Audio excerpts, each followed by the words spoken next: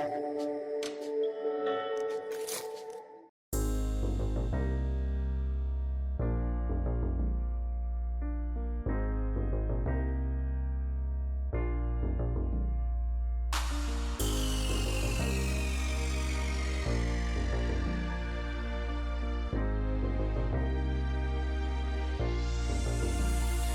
will start with an institutional greeting from our head of department, Professor Giovanni Orsina, the head of Department of Political Science, and after that I'll be happy to give the floor to the president of the Istituto Affari Internazionali, Ambassador Nelly Feroci. The Istituto Affari Internazionali organized the conference together with the Department of Political Science here at LUIS. Without further ado, Giovanni, the floor is yours. Thank you for being connected with us. Thank you very much, Maria Giulia. I'm very sorry not to be present in person there, but I've been caught by a cough, and I've been coughing and sneezing most of the last 48 hours, and I'm trying to stay at home and try at least to recover from these, say, partial flu, I would call it, thankfully, not a full-fledged flu. So sorry again not to be there with you, but my main task is of course to welcome you all in LUIS and thank our partner in this initiative, Istituto Affari Internazionali, Ferdinando. Thank you very much. Thank you for being here. Thank you, Maria Giulia, for having organized these, and to the other colleagues of the department. I see there at the table Thomas Christiansen, and a special thank to Giuliano Mato for having accepted to make our keynote speech this afternoon. Just a 2-cent contribution to our debate from the point of view of a historian, since we are here in a situation in which we are trying to compare two different things into different times in history, which is the enlargement in the early 21st century and the future enlargements that the European Union should manage in the coming years. What strikes me is, in thinking about what happened in the last 20 years and how different is the world in which we are living today from the world we were living in 2004. What strikes me is a great question, which is, I think, still open, which is, are we still living in the same period of history in which we were living in 2004? Now, this is a very historian's question. Historians, as you may know, have a particular love for periodization, and that we try and divide history in periods, and we keep quarreling among ourselves about when a period of history begins, when it ends. Now, I believe that the period in which we're living in 2004 still belonged to a period of history that had actually begun in the late 1970s, and that had an acceleration after 1989. A period that was, in my opinion, characterized by the supremacy of non-political elements, such as the market, but also the law, and in some ways also morality. A period of history that was also characterized by a certain optimism about the destinies of the globe and about globalization. That, as I said, didn't begin in 1989 with the end of the Cold War. I think it began at the end of the 1970s, certainly had an acceleration with 1989. And certainly optimism was one of the characters of this period of history, and the idea that a number of issues of the humankind could be settled. The European Union was somehow at the center of this period of history and was portraying itself as a model for a future world, a future planet that could be managed in a, one could say, through positive sum games. This is the moment in which the enlargement was introduced, in a way, was framed. The great question, I believe, is whether we are still living in the same period of history. I don't have an answer to that. My idea is that that period began at the end of the 1970s, but I don't have great ideas about when that period ended and whether we are still living in that period or not. Because in many ways, we are still living in a period that is characterized by a period of history that is characterized by globalization, by multilateralism, by the centrality of law, of the law, of rules in the organization of the planet. In other ways, there are other signs that are saying that possibly we are entering into a different period of history, way less optimistic and also, I would say, way less civilized. But still, it is not clear whether we are still living in the same age or we have entered into a different age. The results, of course, of the presidential elections in the United States tonight, according to the Italian time, those results will also help us understand whether we are still living in the world that opened up in the late 70s and accelerated with the end of the Cold War, or we have entered or are entering into a different period of history. I think this is crucial. And whether we are living in the same historical period or we have entered into a different historical period is something that is going to condition the great debate on the enlargement in the coming years, and whether this other enlargement is going to be different, similar, or in what way will be comparable with the enlargement in 2004. That said, I've tried to put my 2 cents as an historian on the table. Thank you very much again to all of you for being here this afternoon, and welcome again. And Maria Giulia, I give you the floor back. Thank you very much. Thank you, Giovanni, for having kickstarted our conference with an historical perspective, which is indeed one of the logics of this conference, identifying lessons learned also by looking at the past. Without further ado, I would leave the floor to President Nelly Feroci of the Istituto Affari Internazionali. Thank you. Thank you. Thank you to Luis University, to the Department of Political Science, to Giovanni Ossina, not only for his kind words, but also for the collaboration in the organization of this seminar, for the hospitality, which has made possible a presence so important of students, which is in fact what we wanted to obtain as a result. A few considerations on the subject that are going to be discussed this afternoon. As it was known 20 years ago, 8 former countries of Central and Eastern Europe, together with 2 Mediterranean countries, joined the European Union at the end of a very complicated negotiations, which lasted at least, if I remember correctly, something like 10 years. That enlargement was defined, maybe with some rhetoric, but it was a correct reading, a reunification of Europe, which, by the way, took place at the end of the Cold War. It was unique.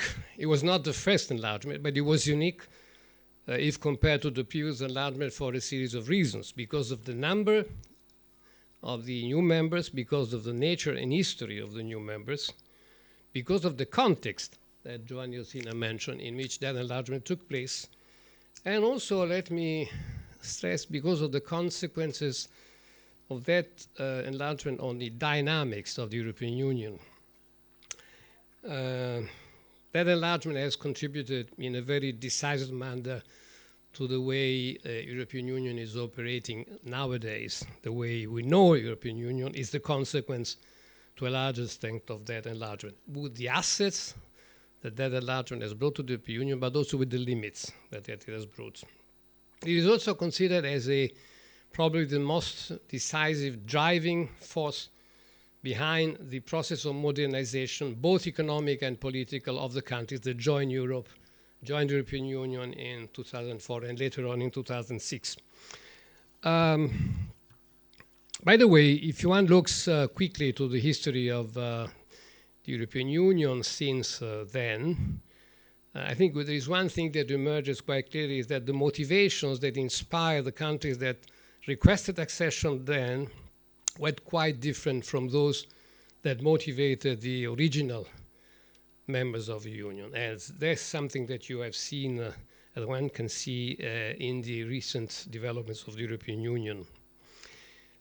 But on the other hand, that enlargement contained also some weaknesses, some inadequacies, some deficiencies of the European Union functioning, in particular, at least under 2 points of view. The first one has to do with the functioning of the European Union institutions. The increase, spectacular, of the number of members that were involved in the decision-making process made it very difficult for the European Union to decide with the old rules, which quite often requested the rule of unanimity. And it also demonstrated that the mechanism that we had imagined and envisaged to avoid disruption of the rule of law principle are also insufficient and inadequate.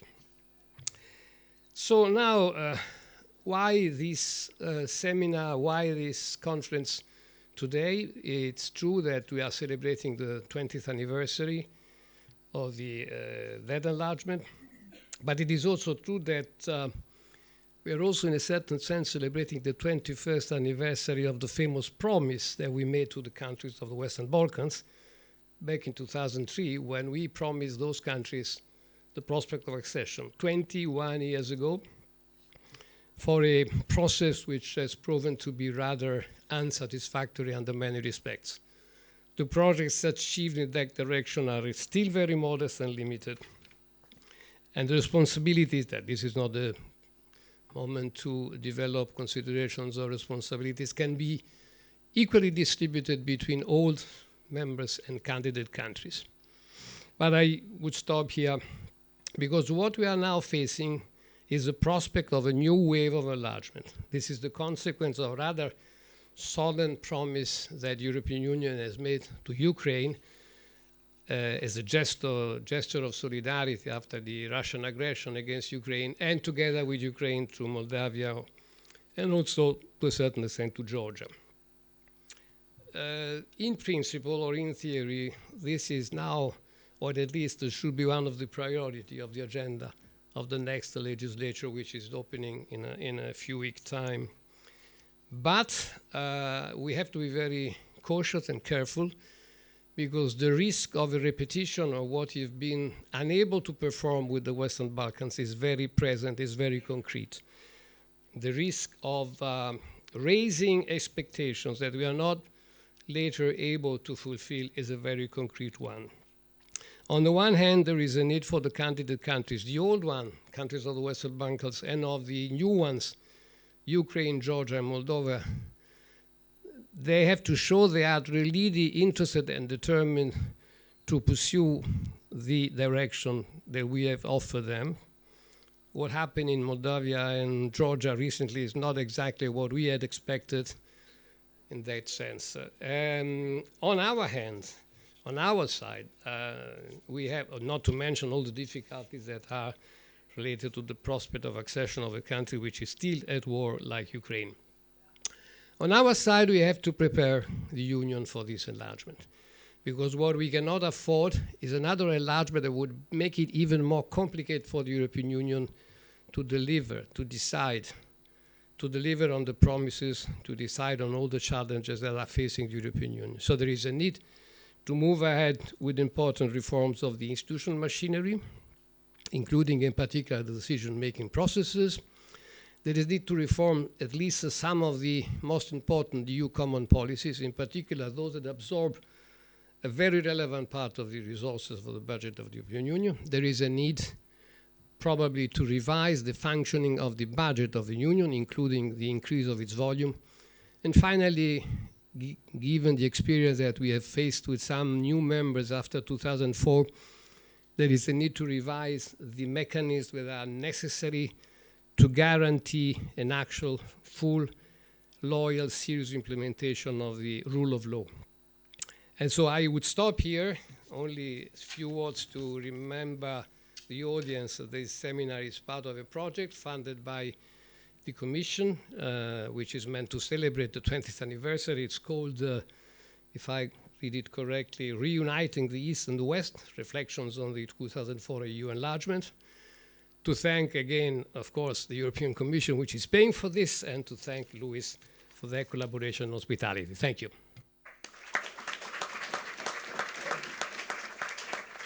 Thank you, President Nelly Feroci. It is our pleasure to work with the eye, as usual.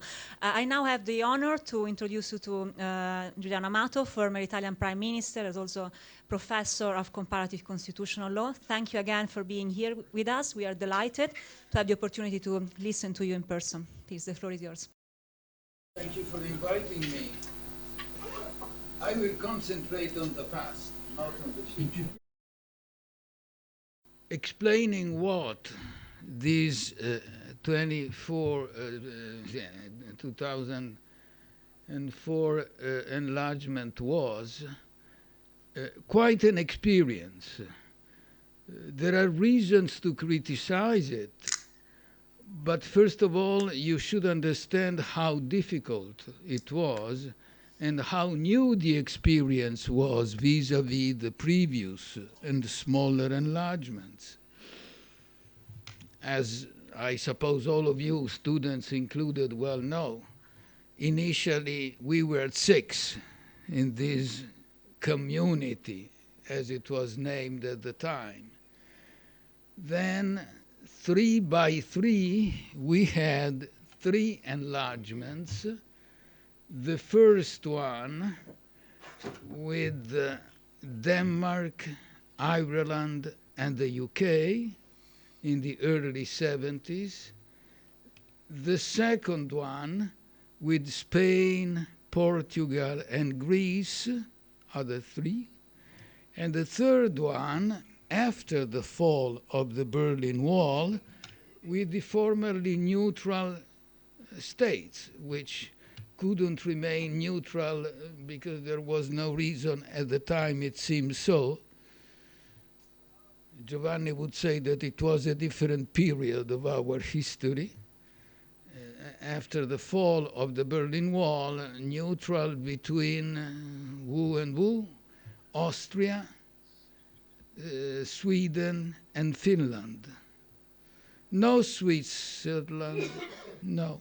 They remained neutral. They know why they are neutral. So, all of a sudden, we decide that the separated brothers, as we named after the fall of the Berlin Wall, these European countries and communities that had been part of Europe, the Middle Europe before communism, made no distinction between the Austrians, the Slovaks, the Czechs, the Hungarians. They all were part of the same cultural area, first of all, Middle Europe. But they had become communist.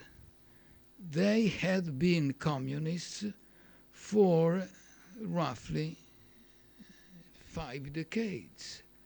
And they had deeply changed. Their economic and institutional systems were deeply different from ours.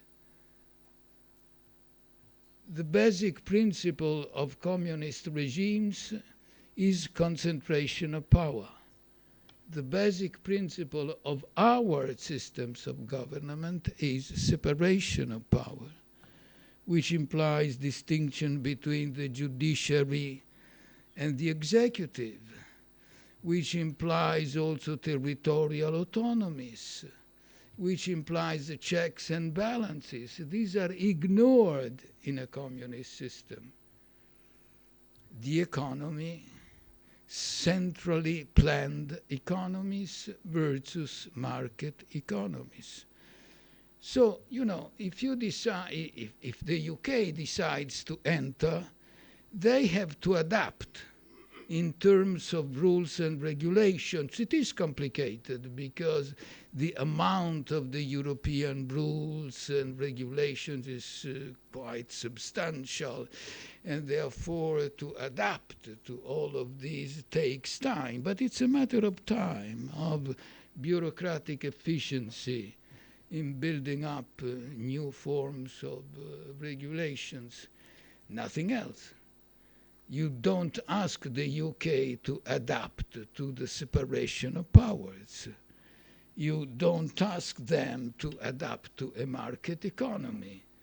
These essential infrastructures of the system are exactly the same that you find inside the European Union. And this is what happened with all the three previous enlargements. Smaller, therefore the impact of each of them on the working of the European machinery was limited.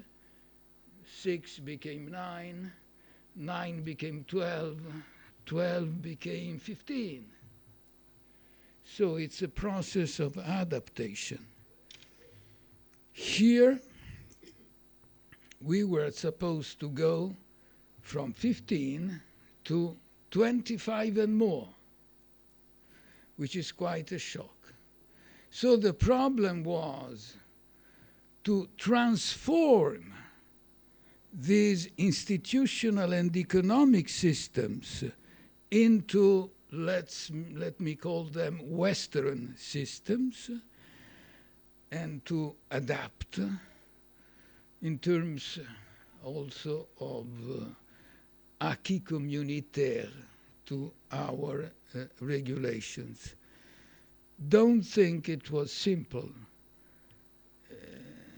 I give you an example. She was reminding me of the times when I chaired an international commission on the Balkans. It was more or less the time of the enlargement. And we went around asking how things were moving toward Western habits. And in one of the Western Balkan countries, I don't remember, perhaps it was Macedonia. I call it Macedonia without the northern, but we are not in Greece now, so I can afford it. Perhaps it was there. I said, what about people? How do they react? Are they accepting the new rules? Among the new rules, the fact that they had to pay for the essential services, what in the communist regimes was not required. You paid nothing for water, gas, power. You remember in Limonov, the novel, his mother did not understand the new system because they want me to pay for the electrical power. The attitude in the country I was in was exactly the same. And I asked, what are you doing? It's not easy, sir, the answer was, because we arrive, we ask for the payment of the bill, they get a gun and say, go away, otherwise I shoot. Well, this is not very democratic, I reacted, so it's a matter of culture. Anyhow, to give you the sense of a difficulty. The process, therefore, which was invented for this enlargement, was a multiple stages process. It began with association agreements. We had already the experience of third countries that established privileged relationships with the community with an association agreement, which could imply free exchange for goods or services, custom union or something close to a custom union, technical assistance, something like that. This was the beginning. Then, which was adopted almost initially, already in 89, 91, we had the first agreements. Then in 94, it was the European Council of Essen, the strategy of pre-accession began. So pre-accession, creating a procedure to create the conditions for pre-accession. Which were the conditions of pre-accession? Substantially, the so-named Copenhagen criteria that were adopted precisely in those years, 1993. And they were invented for the Eastern and Central European countries. Substantially, democratic institutions, market economy, and then acquis communautaire, quite obviously. Creating the conditions to assess that that economy has been transformed into a market economy. That institutional system based on the concentration of power is now a democratic system based on separation of power, respecting human rights and liberties, etc. It was done. It was done. The transformation took place one way or another, defective on several points. The independence of the judiciary was something that they did not understand. It doesn't happen only in Eastern Europe that there are people who don't understand the independence of the judiciary, I must say. But we were impressed at the time. At the time, corruption was not easy to eliminate, but on the whole, the transformation took place, and we could pass to the third stage. That was the agreement of accession, from pre-accession to accession, with yearly meetings between the ministers and the officials of the candidate countries and our own ministers and officials, bilateral, with the Commission. And it was a process of mutual understanding. And the heaviest part took place adapting to the acquis communautaire. Hundreds and hundreds of directives and regulations to become effective also in these countries. The chapters, which is a sort of obsession for those who work in enlargement, because there are 31 chapters. And chapter by chapter, you have to demonstrate that now you have adopted the European rules. Chapters mean environment, food, health, taxation, justice, home affairs, agriculture, etc., etc., etc. In the meantime, there were financial incentives that were given to these countries to train the necessary personnel, to aid economic categories that were living their new life in a new market economy. At the end of 2002, the process was completed. So a process that had started in 94, 8 years afterwards, was concluded. The signature of the treaty intervened in Athens the following year in 2003, and the enlargement took place in 2004. The fact that it was not simple is testified by the number of the pages of this treaty, plus act, plus protocols, plus declarations. On the whole, more than 5,000 pages. And in each of these pages, there was a piece of the overall agreement. So you could understand that somebody like Romano Prodi, who was the president of the Commission of the time, if somebody criticizes this enlargement, reacts as if his mother, an Italian son, were criticized. Inadmissible. We did our best. We did the best thing that we could do. Did we? Let me say before concluding a couple of things. For sure, one of the things that were feared, the arrival of millions of Polish plumbers, did not occur.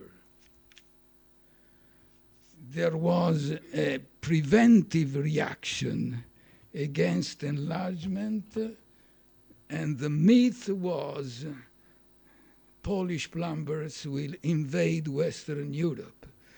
And the fear was such that transitional measures were adopted to prevent the workers of the new members to freely move and to enjoy one of the fundamental freedoms of the European citizens for some years. But the invasion did not take place. Second, the usual effect of the enlargement, after which the new entrants have an impressive growth of their GDP, one way or another, did occur, because the per capita GDP of these countries almost doubled in 15 years. It was around $14,000 the per capita. In 2004, it went up to 34 roughly in 2019. The deepening was not enough. You remember, perhaps, that before the enlargement, there was quite a discussion in the community on the relationship between widening and deepening. You cannot widen if you don't deepen, which meant so many members of the European community need new rules for the decision making. They are too many. Can you remain with the unanimity in terms of voting as you are now on so many matters? The Commission, up to now it was at the time, has given 2 appointments to the bigger states, the 4 big ones, Italy, France, Germany, and the UK, and 1 each of the others. Can we remain with a commissioner per member state, 27, 28? How the Commission? In my view, considering the issues of the deepening as intended, in other words, referring to the institutional system, it was half and half. It was half and half. The majority voting actually increased significantly. In the Treaty of Lisbon, the legislative process, including also the European Parliament, the so-called co-decision legislative process, was extended remarkably to many items that before Lisbon were subject to the decision only of the Council by unanimity. Being transferred to the co-decision of the Parliament, automatically these items were also transferred from unanimity to majority voting. So, of course, majority voting did not enter into the field where national sovereignty had remained almost untouched: foreign policy and defense. Here, if you read the Lisbon Treaty, Article 23 and 24, you find few cases in which a majority vote can be adopted if it's only executing an action that had been decided upon by unanimity, etc., etc. Byzantine rules. But basically, unanimity remains the rule in foreign policy. And in this new period of history, Giovanni would say, foreign policy is so crucial that unanimity might be quite an obstacle. On the Commission, what Sylvie Goulard wrote, we were talking of her, that the risk was one state, one commissioner, to nationalize the commissioners. We have remained, and this should not have happened, I must say. I still remember that our position expressed by Giscard d'Estaing was, Giscard d'Estaing had made a study on the jobs of the Commission, and one day he arrived at the time of the Convention on the Future of Europe and said, there are no more than 14 jobs in the Commission. I've studied it carefully, no more than 14. Therefore, the commissioners should be no more than 14. Romano reacted. He's a close friend of mine, a brother. He was my prime minister, but he was intractable. No, you can't spoil member states from their right to designate a commissioner. They know that the commissioner, once appointed, will represent not the appointing country, but Europe. However, and this was the argument, not only Prodi's argument, but very much shared around, each country must have a privileged telephone number to call in Brussels. And that number can only be the number of the commissioner of that country. This was the argument. Not irrelevant, might make sense.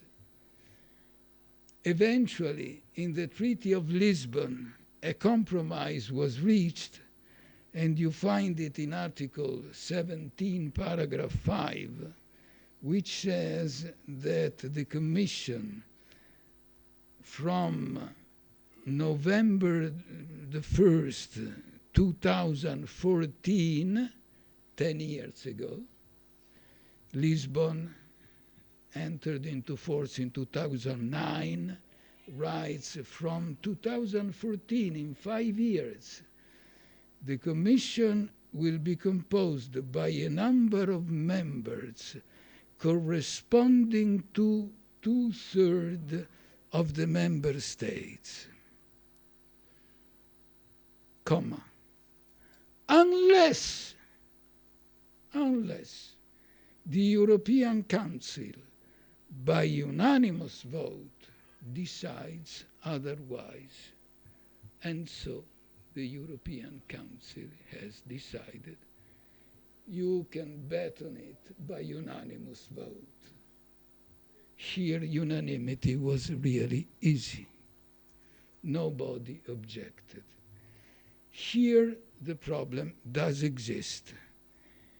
And it is worse and worse with the multiplication of the members. I must say that Romano Prodi had something in mind that obviously has not happened. There will be a hierarchical composition of the Commission with a limited number of departments, some commissioners heading the departments, and the others depending on them. The model, the French model of ministers and delegated ministers in the French government. Something not very close to it has happened with the vice president with executive functions, but it is much weaker than what Romano had in mind. The fact of the matter is that the nationalization of commissioner is occurring. But let me say in concluding that the deepening that has not occurred really has been the deepening of our cultural links and common values in view of what we call the European society. There are scholars who stress and give an enormous importance to Article 2 of the Treaty of the Union, where it refers to the rule of law, democracy, equality, respect of human rights, as values of our society, clearly referring to a society that is European and has to be considered and built as European society. We have failed here. The values of the European society are not the values of Hungary. Their values are different. They are more conservative. They are against certain rights that we consider part of our culture. In other words, countries that had that past, in order to become democratic, really, should not only adapt their institutions to the democratic patterns of separation of power, but should have been aided in becoming democratic society. This takes time. This takes time. Our societies were very similar to the Polish, to the Hungarian societies of these years, decades ago. It has taken time for us to change, to adapt our old habits. What have we done to help these new components of the European society to be really part of it? And this is quite a huge question mark for the future enlargements. We will probably make, I suppose, the same mistake, probably because we don't know exactly how to do with the deepening in terms of society and not of institution. But take note of it. One way to do it is to go frequently there, to invite frequently people here, to have exchanges, to have a lot of Erasmus and similar things, seriously. I don't know whether it would be enough, but certainly in that beautiful, beautiful operation of the enlargement of 20 years ago, this is the deepening that we haven't done, and we are paying a price for that.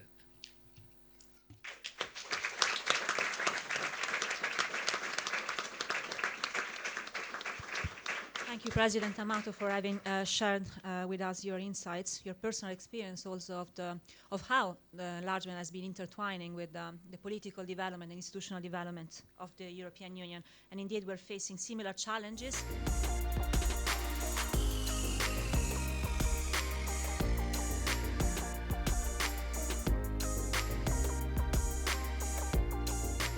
I have the pleasure to chair a panel which aims at identifying the lessons learned through different perspectives. I have a group of relevant scholars today here with us that will help us identify these lessons learned.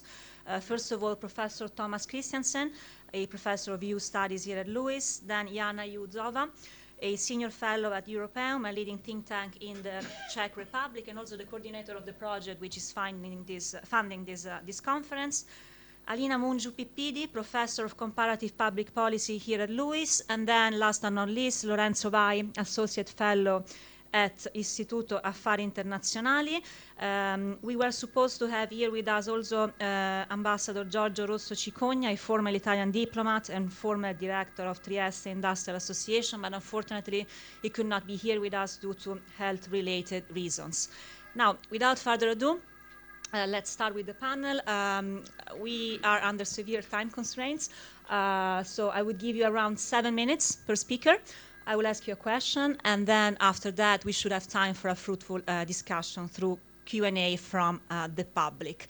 Let's start with you, Thomas. You wrote a lot about EU enlargement, the Big Bang enlargement, and the institutional implications of that enlargement. Indeed, it was considered a major success, as President Amato also mentioned, but it was also associated, as President Amato mentioned, with an institutional fatigue of the European Union. 20 years on, what is your assessment of the implications, the institutional implications of EU enlargement on the European Union?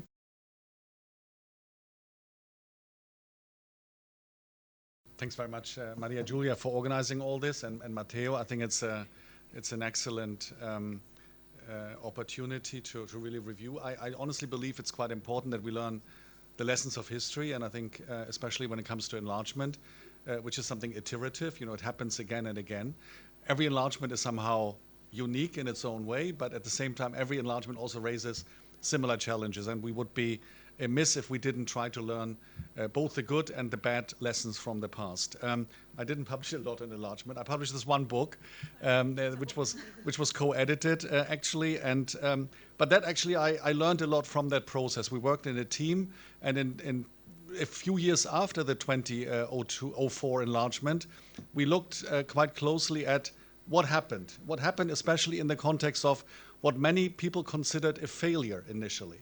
Let me go one step back. People started from the assumption then, and I think they still do now to some extent, that before a major enlargement, we need to reform the institutions. In fact, at that time, we have sort of given up on this now, but at that time, the assumption was we need treaty reform before enlargement. Otherwise, the thing will break down. We can't have 10 new member states with the old existing procedures. And they tried. They did the Amsterdam Treaty, didn't quite deliver. We tried again with the Nice Treaty, didn't quite deliver. We tried again with the Constitutional Treaty, didn't get ratified. So we went through a series of quite major treaty reform efforts without actually achieving the kind of major institutional reform we wanted to achieve. The clock kept ticking. The new member states had also been waiting a long time. I mean, the wall came down in 89. It was also a long time that they had been waiting, and ultimately the EU had to make good on its promise and accept them as members without having gone through this major institutional reform. And therefore the expectation was, to some extent, this is going to create a lot of problems, going to lead to breakdown, to slow down, and various other problems. So in that context, we did this study in a team, and we looked at how actually did enlargement impact on the institutions. A bit at the micro level, not so much the big politics of vetoes and so on that Professor Amato just mentioned, but rather on the ground. How did Brussels manage this major enlargement without apparently breaking down? And some of the findings were rather surprising. It's easy to simplify a very complex reality because a lot of things happened at the same time, but you know, it is a simplification what I'm saying now. One thing is that clearly things were not going as badly as people expected, as people had expected prior to the enlargement. In fact, one could say that the institutions coped remarkably well with this, you know, transformative change and arrival of new member states. How is that possible? So a couple of explanations. One is that actually it takes two to tango, and why we tend to think, I mean, I say as a West European, those who are inside the EU, we tend to assume that the arrival of the new members will impact us. It clearly also impacts them to join the European Union. And in many ways, one can maybe assume it impacts them even more. One could go as far as to say there was a process of assimilation of these new people that arrived from the new member states coming to Brussels. They had, of course, been for several years already been invited to join various meetings, council working groups, various things. They were, of course, also in the Constitutional Convention as observers. And you can see why that's potentially a good idea. You shadow what's going on, you understand better, we can maybe even hear you on occasion, but you don't yet have a vote. So, you know, in many ways that seems like a good idea, but it can also have a certain socializing effect to create a second class of membership. That if you're always sitting at the back of the room to observe what is going on, then suddenly when the clock ticks and it's 20:04, you become a full member. You maintain the habit of sitting at the back and just listening to what the old grown-up member states are telling you. We can hear from others whether that's actually the case, but that is some of the stories that we heard. In some ways, this sort of assimilation power of the existing institutions and rules was really quite remarkable. In that book that you mentioned, we had a chapter on the Court of Justice, which basically didn't reform itself at all and expected the new members just to play by the existing book, which included, and still includes as far as I know, to work in French without interpretation. You know, you expect 10 new member states from Central Eastern Europe to join the Court of Justice, judges, you know, who clearly have important roles to play, but you expect them to operate from day one in French. I mean, that's quite remarkable. In other institutions, it wasn't as strong as that, but I think this power of assimilation is part of the story. I'm saying this without normative judgment. This is an empirical observation, largely. But one could perhaps, I haven't researched that, by hypothesize that that sort of thing also has something to do with the perception of Brussels being rather arrogant, looking down on the new members, and being responsible to some extent for a delayed backlash later on that we're still suffering from now, that there are two classes of memberships, and that Central East Europeans are somehow discriminated by the European Union. A sort of narrative that people like Orban clearly exploit quite significantly. A second observation is that to some extent this enlargement, this accession to an unreformed European Union actually created an additional push to do reforms at the micro level that maybe were long overdue. In some ways that enlargement was the last straw that broke the camel's back. A good example here would be language.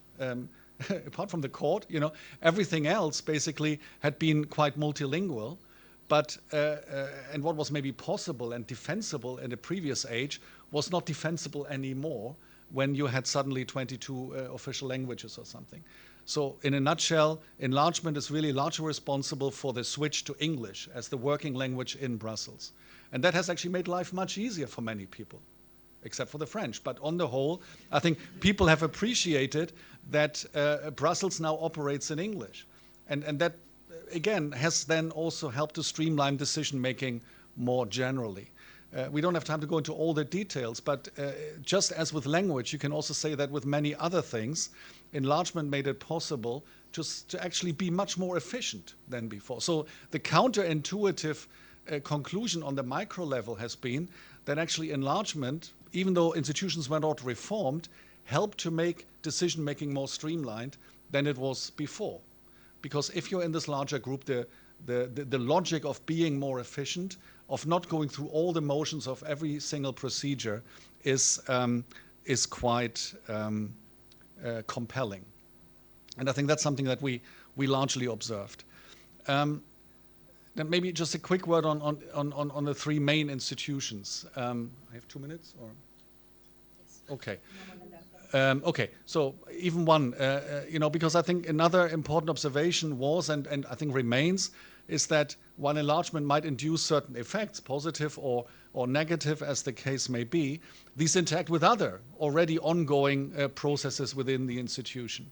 And I would pick up on three of those. For the Commission, what we have seen over the last 20 years and where enlargement might have played a role in is a process of presidentialization, which is empowering the president of the European Commission to be really more than a primus inter pares, to be a proper president, to call the shots. And von der Leyen in this current round of new appointments has strongly demonstrated that.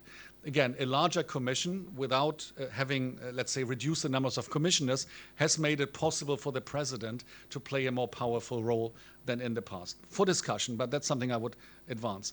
In the European Parliament, on the other hand, we have seen a process of fragmentation, of a growing number of political groups, to some extent polarization, the center, the mainstream weakening to some extent, and fringe groups becoming more important. It's easy to say that enlargement played a role if we look at things like PIS and Fidesz and so on, but we also know that the old member states have played their part in that. I'm not going deeper into that, but just to observe again that in the EP we have quite a different dynamic than we have, let's say, in the Commission. And even more different, I would say, in the Council, where arguably we've had a process of depoliticization, where the Council is not anymore very much a political body, where a lot of things are decided at the bureaucratic level. Again, for reasons of streamlining, of efficiency, a lot of stuff is decided at the working group level, at the COREPER level. Very few things now travel up to the ministers. Of course, another part of the story is that the European Council has become more important, but I'm not going to go there. So, final word, final sentence, I promise, is that of course, if I'm painting a positive picture of the impact of enlargement on an unreformed, institutionally unreformed European Union, which might also be relevant in the current discourse, it's only part of the story, because we did ultimately get the reform with the constitutional treaty, which is effectively the Lisbon Treaty 10 years later. And we should not undervalue that either, because thank God that we had the Lisbon Treaty reforms in this era of crisis. I don't want to imagine how the European Union would have managed in an unreformed way with all these crises. But that's also really going beyond the enlargement domain. Thanks very much.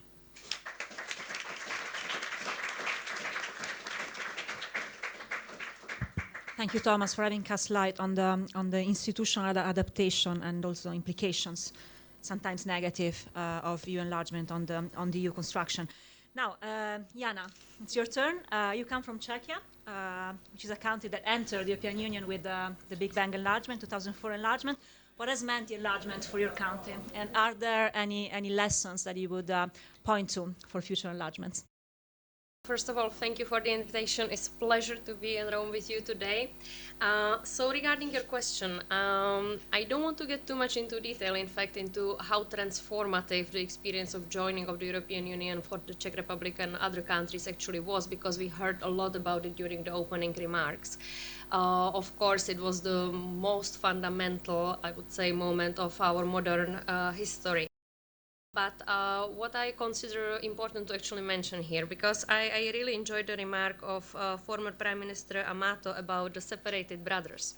And this was the dominant narrative driving all the necessary reforms, all the transformations in the Czech Republic as well as in many other neighboring countries when striving for integration into Euro-Atlantic structures.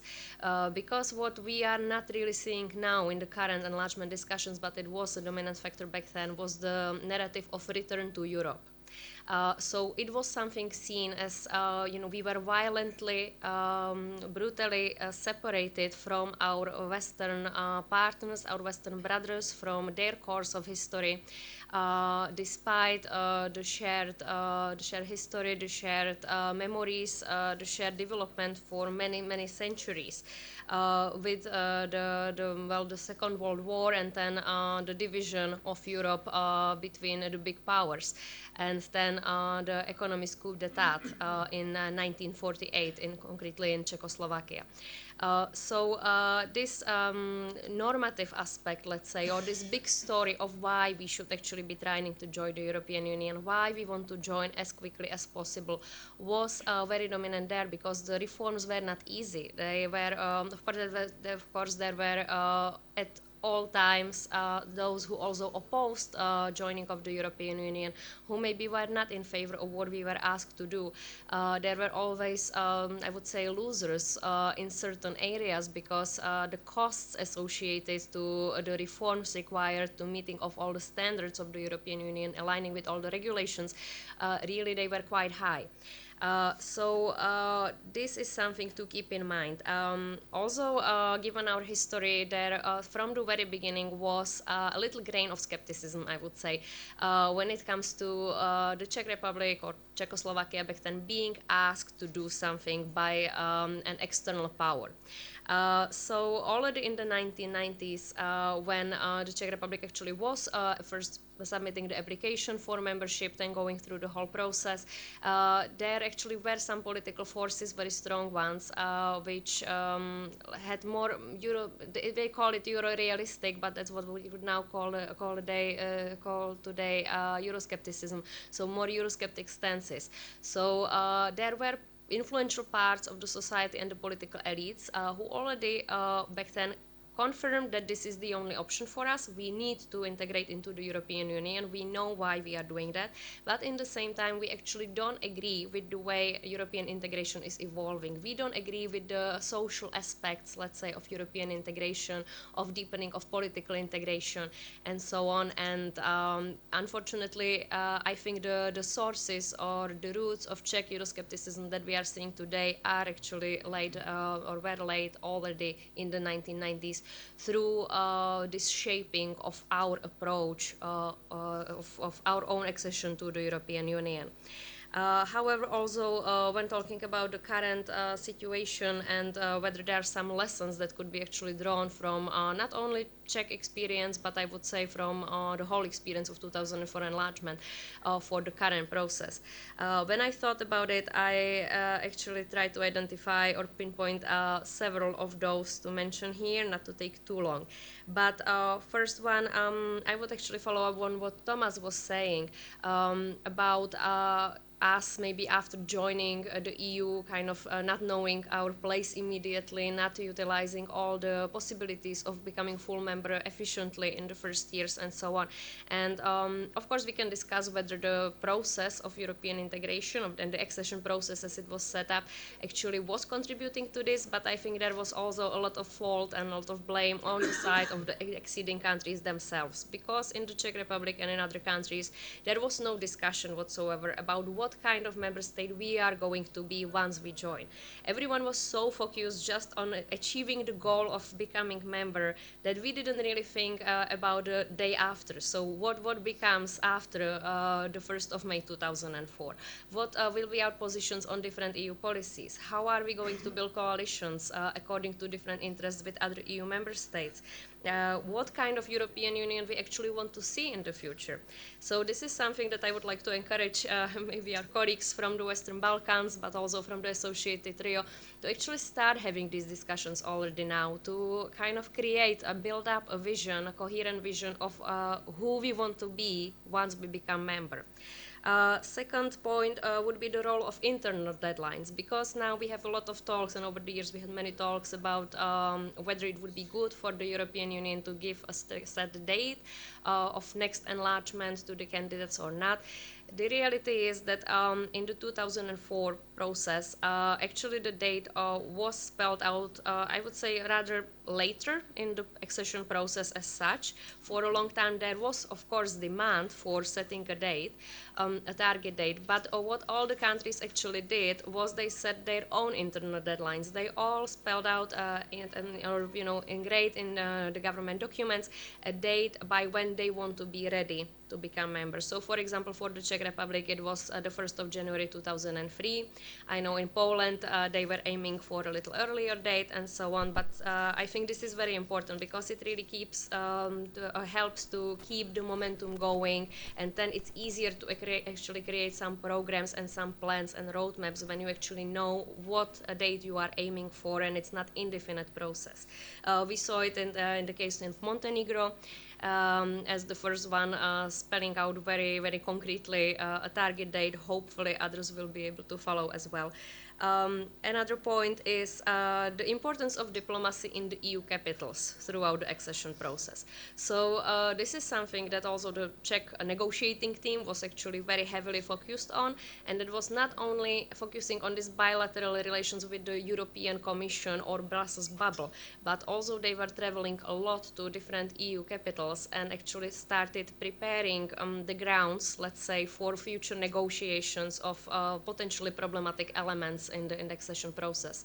So this actually was quite important. Of course, for us, the natural partner was mostly Berlin, Germany as the big EU member state, also a natural historical ally, economic partner, and so on. But again, not to underestimate this dimension. And the last point I would say is the importance of domestic dialogue, and the fact that much of the negotiations actually take place internally at the domestic level, because as I was saying in the beginning, there will be always groups of people who or interests who will simply not be happy with the way the negotiations are evolving. There will be always some parts of businesses, the farmers, typically some fragments of society which simply might have differing interests and lobby for certain approach of the whole government in negotiations. So the importance of this domestic dialogue, of really talking to everyone and trying to persuade them through rational arguments, but also not coming from an authoritative place, but also actually taking on board seriously their considerations and their concerns is important. And here it's also, let's not forget about the society, because that's one lesson from the Czech Republic. Again, in the spirit of we will join the European Union and then we don't think about what comes after, we also, I think, underestimated the level of Euroscepticism in the society and the direction it can take if we actually don't nurture the discussions about European Union, the importance of our place in the European Union, and so on. And then the public opinion actually after accession slowly eroded into the levels we have today. So that will be my main message. The work actually only starts with accession. It doesn't end there. Thank you, Jana. That was super interesting to hear about what happened in Czechia from an insider perspective. Alina, time for you.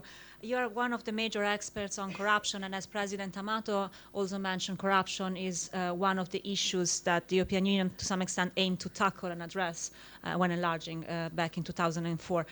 Do you think the European Union really had a transformative role in that sense? And if not, why? Or if so, how? Thanks. Thank you very much, Maria Julian. Thank you for inviting me here. So first I must say that I have become an expert on corruption. When Professor Amato knew me, I was not an expert of corruption. I became an expert of corruption due to the need to fight corruption so that we can enter the European Union. Okay, that was. It was not such a simple deed to do.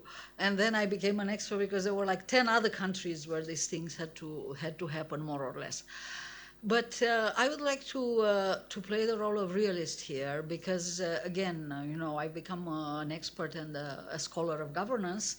But I didn't start this way. I started as an actor of these processes, as other people in these countries. And looking back now with hindsight, I would say that a word can be adapted from the famous Polish dissident Adam Michnik, who once said in the first years of the transition, which were difficult years for Eastern Europe. People forget this. Despite the freedom that we got, there were periods of anomie in which you didn't know who was good, who was bad. Sometimes the former dissidents, the people who had been in the first line of the fight, were accused. The freedom of the media really meant the kind of fake news that the Wake is experiencing now. We always had it in our traditional media. So Michnik at the time remarked, said this, that what is worst of communism comes after. Because then is when you are left with a society that communists left you, and you really confront the need of changing the deeper roots of society. And I would return this a little bit on the enlargement.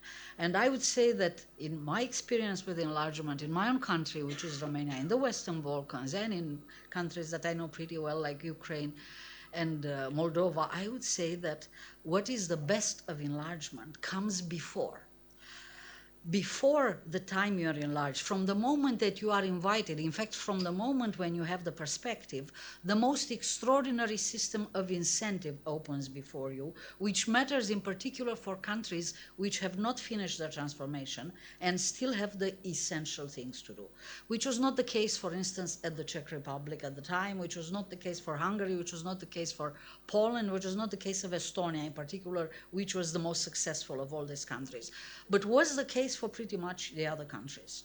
And of course, the success in this depends very much on each country and on the power equilibrium of each country, and if the coalition which is pro-Europe and pro-deep reforms is stronger than the other coalition. So in my country, it worked. In Bulgaria, for instance, nothing pretty much happened, and you can still see today that it didn't happen. So these are the moments when you can do something. Now, you know, this corruption exists in a fundamental way in the new countries in a way that it didn't exist in the West. Yes, it did, but only to some extent. So I would say that top corruption, grand corruption, undue influence markets, intervene in the state to allocate wins in the market was absolutely the same in both places. But we had this kind of authoritarian corruption, which had disappeared in the West. We had bureaucratic corruption, which was unheard of in Western countries. And we were able to eliminate that. So from this point of view, this was a success. It was very dearly paid success, you know. I let myself be sued in criminal court by ministers of internal affairs, ministers of justice, and heads of secret service on the occasion of Coalition for Clean Parliament, just in order to change regime, because we needed to change regime to join the European Union. Then the Czechs did something really similar. And you know, it's interesting to look at the consequences a year later, because the main winners of the coalition inspired from mine in the Czech Republic was actually Mr. Babiš, who started as an anti-system party on a campaign in which voters were asked not to vote for old parties because they're corrupt. And nobody really considered that even new parties that we set up tomorrow, they can become equally corrupt in a wrong system of incentives. But anyway, these are the years when we managed to build these institutions, the anti-corruption agencies, in particularly the prevention institutions, when we managed to start a very clear monitoring system to show that we were tricking the common market. You know, we were very much like Albania is today. You know, in Albania, when you look at their construction, public procurement, because today we have all the contracts, when you look, you see that only one foreign company has ever won a contract, which I'm glad to report it's an Italian company. But you know, in the last 6 years since we have data, only one foreign company managed to break into this market. And I do not know what this company is, but I would not be surprised if they had to pay something. Because in closed market, actually bribe is what we call access money. You have to go in, you have to open markets, right? So, you know, we had this kind of situation in our countries, which again did not exist in Hungary and Poland, because these countries have been run by neoliberals, and they had more liberal procurement markets than France. They really have sold everything, and therefore they absolutely deserve to be invited in the European Union, because they had been liberals. But it's true that the liberals had not continued to govern these countries, and more nationalistic and more protectionist-minded people eventually arrived to government, and the situation changed. Anyway, these are the years when we built these institutions. These institutions helped us in that moment. It doesn't mean that they're universally good institutions. Nevertheless, due to absence of success stories, the European Commission picked up what we built, like my National Integrity Agency that I built in Romania, and they sold it to Western Balkans, they sold it to Moldova, they sold it to Ukraine, without similar effects being reproduced everywhere.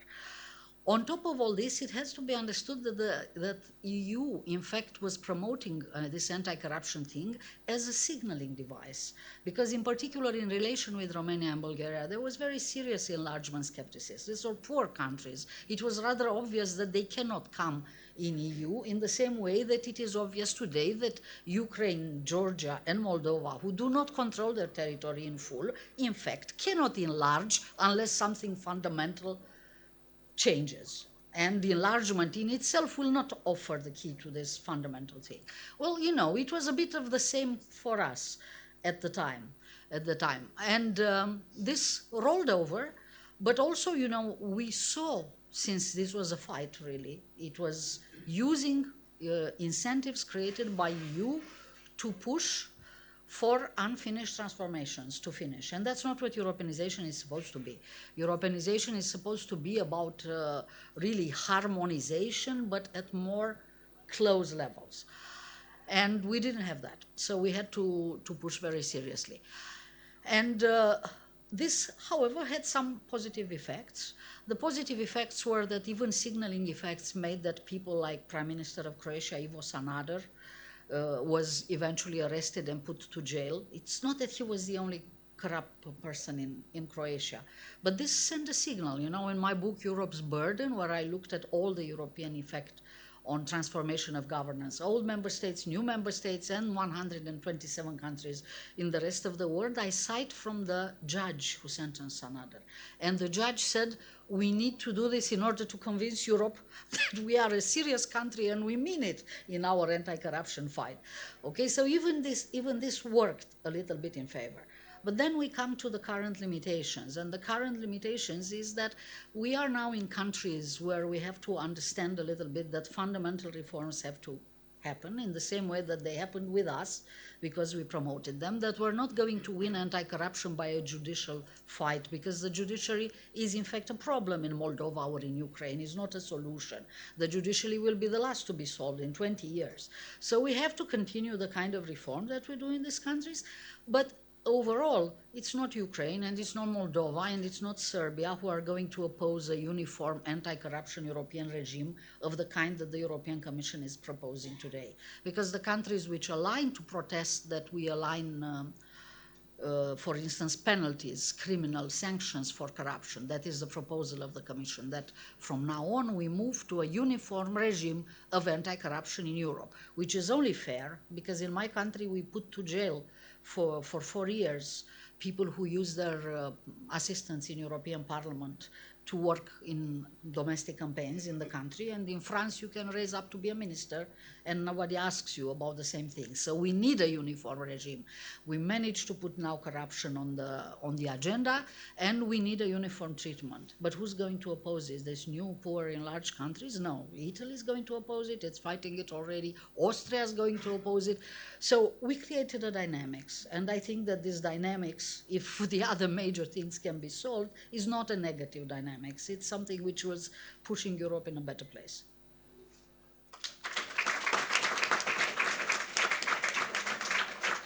Thank you, Alina. And it's very interesting to hear how this dynamic, to some extent, has positive spillovers. It strikes back on Europe itself. It might strike back on Europe itself. I mean, it's going back and forth. Thanks. Okay, last but not least, Lorenzo, you are an historian.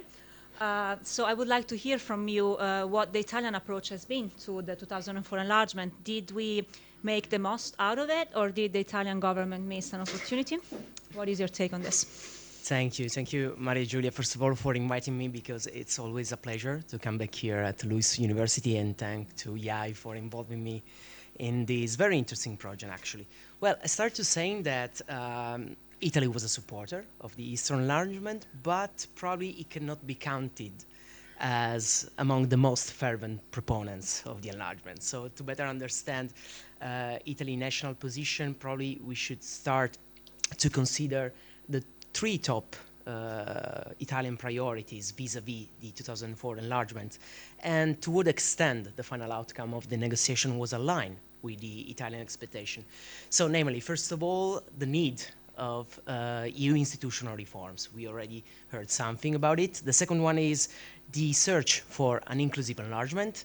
And the third one was the search for more geographical balance in the enlargement. So I will start from the first one, so the EU institutional reform and the search for them. And for Italy, it was a great priority, because considering the classic dilemma of the enlargement, so between deepening and widening, the Italian position on this point was quite clear. First of all, we need to reform the EU, and only then we can proceed with the enlargement. Otherwise, the current decision-making system and the entire structure and functioning of the European Union with more than 25 member states would be inefficient and ineffective. So in other words, its very existence could be at risk. That was more or less the Italian position at the time. And just to make a very simple example, in 1997, in the Amsterdam Treaty, we have a declaration made by Italy, France, and Belgium that was stressing this point. I mean, in the Amsterdam Treaty was included this declaration that just stressed the lack of, I read, proper institutional reinforcement, which was considered an indispensable condition for the conclusion, for the conclusion of the first accession negotiation. So for Italy, this was not a new position, because since 1985, with the signing of the Single European Act, then the Maastricht Treaty in 1992, then the Amsterdam Treaty, Nice, and until the failure of the constitutional treaty, I mean, Italy always supported the deepening of the European integration process before the enlargement, and was probably, let's say, a quite complicated journey for the Italian expectation.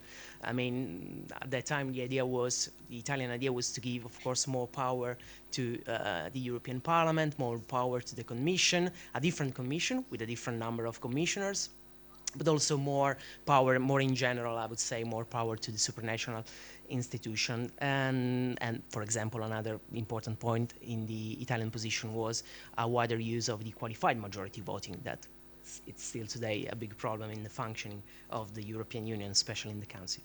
So I would say that probably, well, some of these objectives were partially achieved, but I was just saying the journey was probably marked by numerous disappointments from the Italian perspective in this sense, and probably culminating with the rejection of the constitutional treaty by the French and the Dutch referenda. The second point, the second priority of Italy was the search for an inclusive enlargement, because during the discussion among the member states before the opening of the negotiation with the candidate country, the initial proposal of the Commission was to divide these countries into groups, based, of course, on the evaluation of the Copenhagen criteria at that time. So to simplify, the idea was, first of all, let's start with a limited number of countries, namely Poland, Czech Republic, Slovakia, Hungary, and maybe the Baltic countries and Slovenia, and see what happens. Just after this first round of a negotiation, then we can open the negotiation with the others, for example, Romania and Bulgaria. Germany, UK, the Netherlands, and other member countries of the EU supported the Commission approach, but that was not the case of Italy. And there were basically two reasons for this different position on this issue. The first one was economic, because after Germany, Italy was the second largest economic partner of the candidate country, and the Italian economic presence and penetration in countries such as Romania, Slovenia, and Bulgaria was significant. So in this sense, there was a direct interest of Italy to include this candidate in the pre-accession phase since the beginning. And the second reason was probably a geopolitical one, because, I mean, Italy was concerned about the northward imbalance between the EU, fearing the creation of a sort of, let's say, predominant Germanic Europe, and the emergence of regional group that could impact the political and diplomatic dynamics between the communities. So I think that this concern explains Italy's inclusive approach to enlargement with aim at incorporating other geographical areas, such as the Balkans and, of course, the Mediterranean with Cyprus and Malta since the beginning again. And this attention about the Mediterranean region led me to probably the final point, so about the issue of the geographical balance for Italy. So because a well-known theme in the Italian foreign policy is, of course, its focus on the southern dimension and projection at the time of the European Union, but also at the national level for obvious reasons. And the priority in this regard was to ensure that other potential Mediterranean countries, such as, of course, Cyprus and Malta, but also Turkey, stay on track on the enlargement process together with the countries of the Eastern Bloc. And just to give you a very small example about this, was 1994. Silvio Berlusconi at the time was Prime Minister of Italy, and was mentioned just before by President Amato, the European Council organized by the German presidency in Essen. And at that time, the Italian diplomatic initiative and the attempt with a written letter by Berlusconi directed to Chancellor Kohl to get the invitation for other countries at the table, Cyprus, Malta, but also Turkey, was quite strong. Unfortunately, or it depends on the perspective, at that time Kohl was quite firm to reject this proposal, so there was no possibility in 1994 to have Turkey at the table.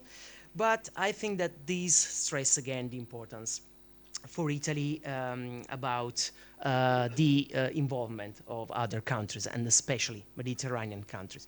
So I conclude, and I give you a brief answer to your question. Probably, in my opinion, in this case, we have a glass half empty from the Italian perspective. And because, first of all, regarding the institutional reform, probably, and that's my opinion, the lack of the Franco-German activism and engine was probably one of the reasons behind the unsuccess of the Italian initiatives at that level, and with all the Italian expectation unmet at that time, because the EU has changed enough, but probably has changed a lot, but probably not enough, according to the Italian vision. And that's, I mean, a missed opportunity still today, because it's quite hard for me to say this before President Amato, but that's also the reason why, I mean, in 2004, we cannot celebrate another anniversary, which was the signing of the constitutional treaty that just happened in 2004, just a few days ago, was 29 of October, if I well remember, here in Rome. And that was probably a missed opportunity, not only at the institutional level, but probably also because symbols matter. And I mean, when you miss the opportunity to call maybe your external, I mean, the EU external representation, when you cannot use the wording like foreign minister, when you cannot use the word constitution, at the same time you're missing an opportunity to create something more at the society and at the cultural level. For what concerns the inclusive enlargement process, that was partially a success, because we know that Bulgaria and Romania in 2007 became part of the EU, but at the same time, probably the support for the Turkey accession was a failure, not because of Italy, but because history took another direction. So I stop here.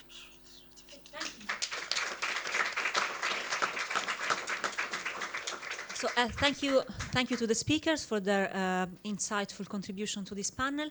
And now it's your turn. So the floor is open for Q&A sessions. For our Q&A session, I will collect 3 questions at a time. We have some time before the break. So anyone? Jelena, and then you. Okay, let's start with Jelena, and then Jelena Jankic from the European University Institute. Oh, apologies. Yeah, sorry. No. Thank you. Right. Thank you so much for your insightful contributions. And I think, Dave, they've highlighted how different visions are of Europe before you enter, and especially as Jana said, it's like after Cinderella woke after the wedding. Now, what I would like to ask, well, perhaps Thomas and Alina or Jana, is to reflect a little bit on how these ideas of the Europe of concentric circles, of differentiated integration, how do they impact on kind of the new, especially the new member states and the ways of relating to, well, the new member states, we can't call them like that after 20 years, but the former communist member states of the European Union and the ways in which they relate to those countries that were a part of the EU before. Thank you. Thank you, Jelena. And then we have, please introduce yourself for asking the question. Hi there. My name is Gavin Shaw. I'm a master's student of international relations here at Lewis. My question is mostly targeted to Professor Christensen. One of the last remarks that Professor Christensen made today was about a true European president, a president that maybe has the power to make decisions where the EU is perhaps, by some accounts, too inefficient to make them. So, I mean, speaking as an American, I have a very varied experience with presidents that make decisions for the rest of the country. And even tonight, I may see a complete departure from the normalization of diplomatic relations outside of the US. I have a lot of implications riding on that. So I was hoping to get a little bit more information about like what exactly a true European president means. What are the limits to this position? What are the mechanisms that can be put in place? You know, the EU is known as a regulating power. So maybe to talk about some of the regulations and some of the legal like perspective of like what a European president would look like. Thank you, Gavin. We have time for another question in case someone is interested. Sophia was, oh, maybe, okay. Well, yeah, it's fine. Sophia, maybe the second round. Okay, no, Sophia now. Sophia Viviani, again, introduce yourself, please.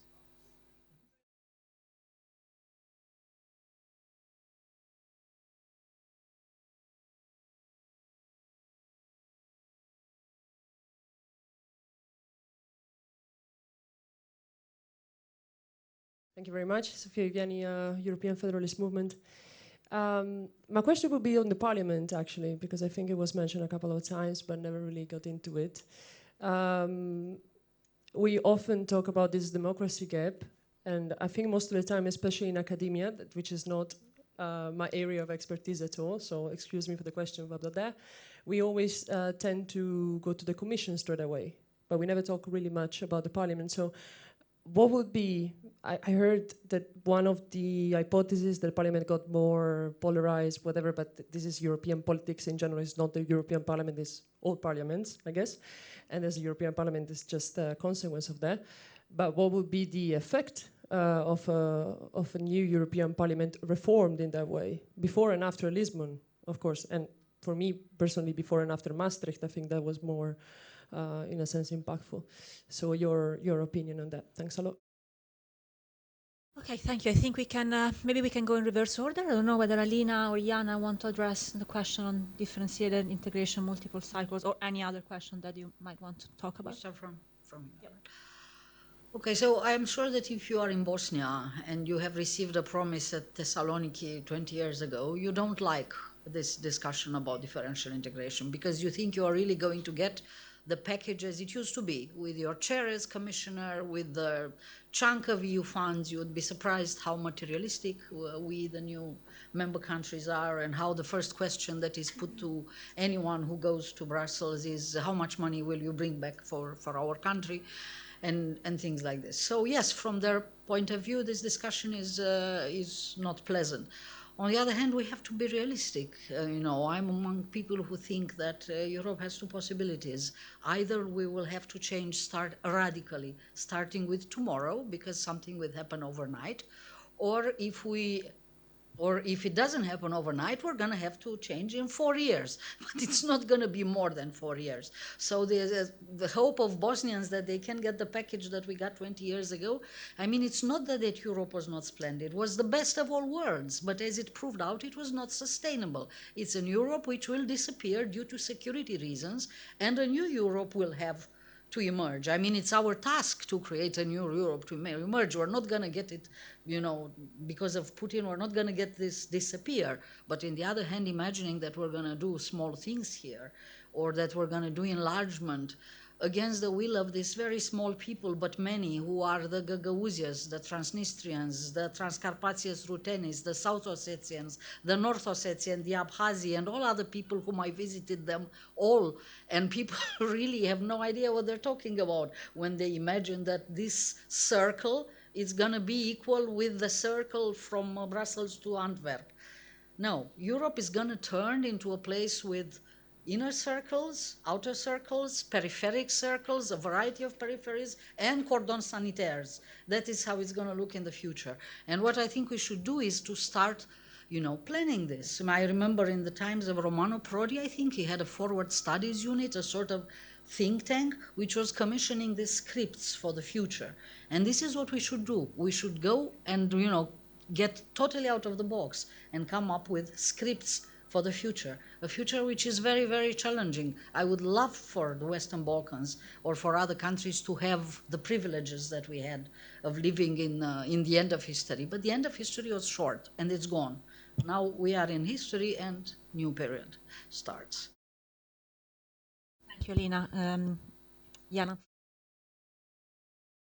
So only briefly from the perspective of the so-called new EU members, so those exceeding in 2004, I think this discussion is being followed quite cautiously because on one hand, the question arises what it means for the current candidates who applied for EU membership, so what kind of EU membership they will be getting, of course, and this, again, there is actually no clarity about it whatsoever at this current moment. So until we actually know what we are putting on the table, it's difficult to somehow talk about, some new momentum in enlargement process and restoring the credibility and so on, when we are even not clear among ourselves on what we actually envisage as the end goal that we are proposing. But also, I can imagine for Czech Republic, but also some other neighboring countries, this poses the question, where actually do we stand? Where do we stand in this new Europe of concentric circles? If some countries actually are interested to deepen integration, deepen cooperation in certain areas, and so on. We, of course, have some level of differentiation already now. For example, Czech Republic, Poland, and others don't have euro.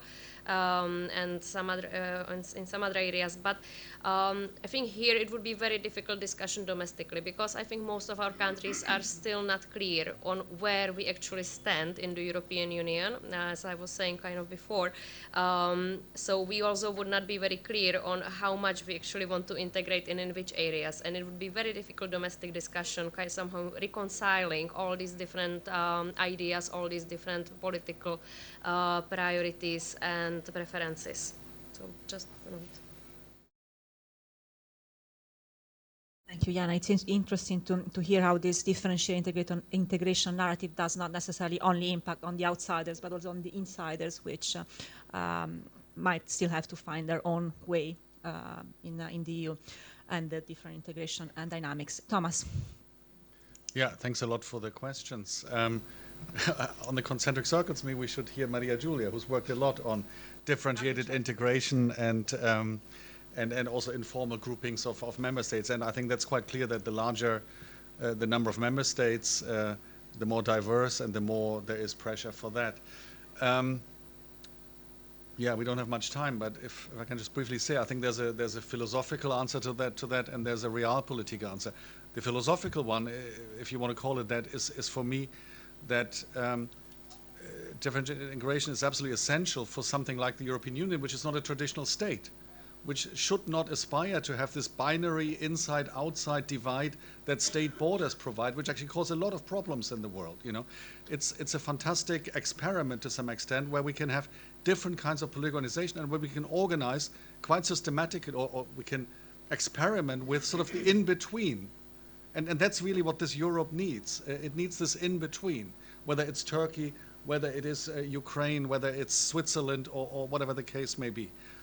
The realpolitik answer is, of course, that that's not a satisfactory answer for state leaders and decision makers. And in that sense, differential integration, which probably makes Bosnians unhappy, is still better than nothing, in a sense that what we had with the neighborhood policy and with other such elements is to overcome the sense of rejection that comes with not being a member yet, or maybe not becoming a member ever. You know, so I think it's better than nothing, but it's clearly not satisfactory. On the question of the EU president, I'm not sure what I said, but I'm certain I'm not saying that we need an American-style EU president. In fact, I would rather say the opposite, that especially in a sort of fragmented polity like the European Union, which is a negotiated system of decision-making, where we don't have a clear hierarchy and winners and losers, where everybody gets something, it's quite essential to have also sort of a version of coalition government, much rather than presidential winner takes all, you know. I refer to the Commission president being more presidential. I mean, it is, of course, a president, but, and one thing you're right, that with the Spitzenkandidaten system, which we have had now for several elections, people give the impression of American-style democracy in Europe, and that's actually quite a misleading and potentially disruptive logic, you know. So you want strong leadership inside something, the European Commission, which is potentially quite diverse, because member states still have the phone number of their own commissioner, as it were. So you want strong leadership there to provide a common European vision, but at the same time you want to maintain a negotiation system where nobody feels excluded. On the question of the parliament, well, I have this view, but it's somewhere between wishful thinking and partial reality, which is that in a nutshell, the more the edges get frazzled, the more fragmentation we have on the edges, the more the mainstream shrinks, and that's what we have seen over the last few elections, the more the mainstream actually needs to work together. And in an ideal picture, and that's actually the coalition that elected von der Leyen, in an ideal picture, we have a very strong coalition in the center of Europe that actually shares the view that European integration is a good thing, needs to go forward, that there are certain compromises that need to be made. Because in the past, when you didn't need to bother, you could rely on a grand coalition, but you could also manage without, potentially. Now you cannot. But the downside of that is that somebody like von der Leyen can also decide to look to the right and turn this into left-right politics. And that would, I think, be quite detrimental. She's done that, the so-called Venezuela coalition, so we have to keep an eye on which way it's going. Is she going mainstream, or is she looking towards a center-right, Italian-style coalition? I hope not, to be honest, because it would be very divisive for Europe as a whole, but that's something to watch. Thank you, Thomas. Lorenzo? Yeah, just maybe a few words, because it's interesting and quite ironic about differentiated integration and the Italian perspective, because we know that for many years, I would say since the end of the 70s, but especially during the 80s, when the idea put forward by German politicians of a two-speed Europe was quite scaring from Italy, because for many reasons, especially for the creation of an economic monetary union without Italy. During the 90s, well, there was a big change of perspective in Italy about that, because of course, vis-a-vis the enlargement, the possibility to have differentiation between the member countries of the European Union was actually a feasible option, and also was a quite important option, for example, among the federalist movements in Italy. They were really strong supporter for institutional reforms before the enlargement, more than the Italian government. But at that time, among these movements, the idea of a two-speed Europe with a sort of decompression chamber for the newcomers was probably the best option. Okay, thank you, Lorenzo. Just one question from a student that was excluded from the first round, if the question is still there. Okay, and please do direct the question to one speaker if possible, because we're really out of time. Next round, sorry, no time. My question is mainly addressed Introduce yourself, apologies. Sorry, my name is Sergio Grossi, I'm a Luis Master student. And my question is mainly addressed towards Professor Mungiu Pipidi. And during our course on European Neighborhood Policy with Professor Viceré this year, we encountered an article by Solveig Richter and Natasha Wunsch, which showcase a linkage between the EU conditionality instrument and the phenomenon of state capture, and especially in Serbia and the Western Balkans, which promoted cronyism, corruptions, and democratic backsliding.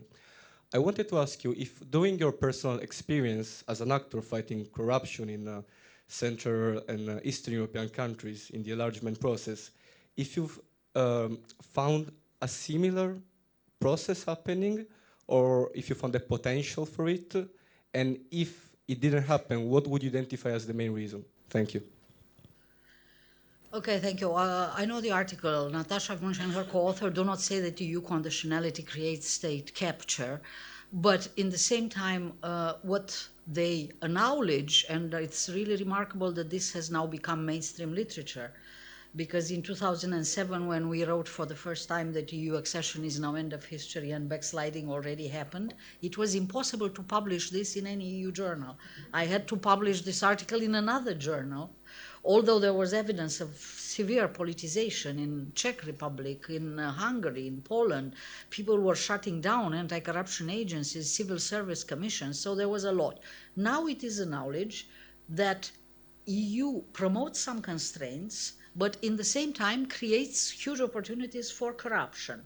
And yes, to answer in short, I'm cited in Economist 2 weeks ago, my main anti-corruption solution in Europe is, could we cut European funds altogether? Okay, could we love Europe not for its money? Because what we create, I mean, there are two things during accession. One is the funds. You know, if I would collect from all of you 5 euro cents to fix the air conditioning in this room, I'm absolutely sure that you will email me as of next week to ask me, what did you do with my 5 cents? Did you put air conditioning in that room of Louis? But if this comes from the municipality of Rome, from the county of Lazio, from Roma, or even further from Brussels, nobody would even know if this money actually went to a room where air conditioning works versus a room which doesn't work.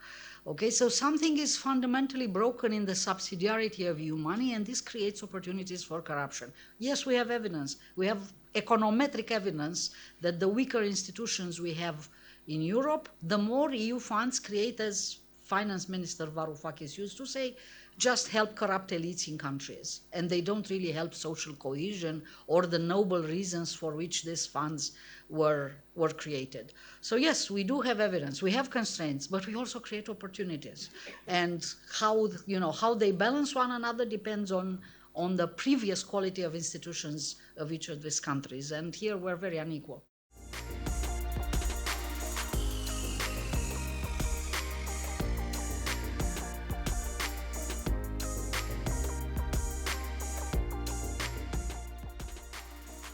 Welcome again, also from my side. Welcome to our second panel, which is dedicated to preparing to future EU enlargement. The panel will focus on the renewed momentum of EU enlargement policy and its current challenges. My name is Matteo Bonomi. I'm Senior Fellow at Istituto Affari Internazionali here in Rome, and I will be the moderator of this section. I have a great panel to deal with this topic today with me. I have Jela Jankic. She's professor at the European University Institute. She's director of the program for Southeastern Europe and co-director of the Global Citizenship Observatory. And she's also senior fellow at ELIAMEP, Hellenic Foundation for European and Foreign Policy Study, that is a partner of this project. We have Srđan Majstorović with us. Thank you for coming. He's chairman of the governing board of Center for European Policy in Belgrade, one of the main European think tank, I would say, on EU enlargement. Thank you. We have Nona Michelidze, my colleague at IAI. She's senior fellow at IAI. Luigi Narbone, who is a professor at LUIS and the director of the Mediterranean platform of the School of Government here at LUIS Guido Carli, and Sofia Viviani from Gioventù Federalista Europea. Welcome. So, Jelena, I would like to start with you, as you have been working for so many years on EU enlargement and on EU conditionality. Do you think that now, after the Russian invasion of Ukraine, there is a renewed moment for enlargement, and how does have approach EU approach to conditionality? Thank you so much, Matteo. Thank you for having me here, and it's a pleasure to talk at this event. Now, there is obviously a renewed interest in enlargement, which is driven by the geopolitical imperative. But as I have argued in one of the articles that I've quoted at Veronica Angel, the promise of enlargement does not actually mean membership, and it does not mean full membership in some cases. So we are to see how things will unfold in the future, and I think at this point in Europe, there will be movements in the context of the enlargement policy, but in which direction, that does not seem to be clear, as we have heard already in the previous panel. Now, what does this mean for the EU's conditionality mechanism, which is something that enables the EU to exercise its transformative power to essentially incentivize countries to reform? I do not think that these movements have profoundly impacted the conditionality mechanism, which has shown its shortcomings, in the previous enlargement round, and especially, as we have heard already, vis-a-vis the Western Balkan countries. And I think that there are three key reasons that are linked to the failure of the EU to, in a way, revamp conditionality recently. One is obviously the credibility of the reward, right? So between 2014 and 2022, as we know, the enlargement policy was largely, let's say, put aside, so to use a euphemism. And after 2022, as I mentioned, this promise is not yet clear. So for as long as there's this lack of clarity on the future, for as long as the, let's say, political actors in these countries, the people in these countries, are not clear on whether they will get to eat their cookie, if you wish, after they meet all the conditions, then they're less incentivized to make these reforms. This brings me to the second point, and this is the lack of a credible enlargement strategy on behalf of the EU. And here I would like to emphasize the crucial element of time. And I think that time is incredibly important in the context of enlargement, in the context of conditionality especially, because if the countries reap the benefits without actually meeting the conditions, and recently we have had the example of Bosnia and Herzegovina, where things have been pushed through the geopolitical imperative after 20 years of not meeting the conditions. And if you meet the conditions, but then you have to wait for the next step in the enlargement to happen, as has been the case in North Macedonia, I think these are the instances where time plays a crucial role. So it is up to the EU's institutions to use sequencing of their decisions in a way that can reinforce the conditionality mechanism. And the third and last point that I'll make here is that the EU has in a way lost its appeal as a role model of democracy, because of the internal crisis of democracy in the European Union. So in a way, if if you take a look inside and see that it's not properly functioning, if you see a rise in populism, rise in autocratic leaders, especially in the Eastern European countries, but also we can see quite a lot of it in Western Europe, this essentially is not good for exporting those values to countries that are seeking membership. And at the same time, the European Union is facing a lot of competition in terms of development. You have countries that are promoting the development without democracy model, which to authoritarian leaders from the Western Balkans, where this model has become entrenched, seems very, very appealing. And this is something we could pick up in the discussion.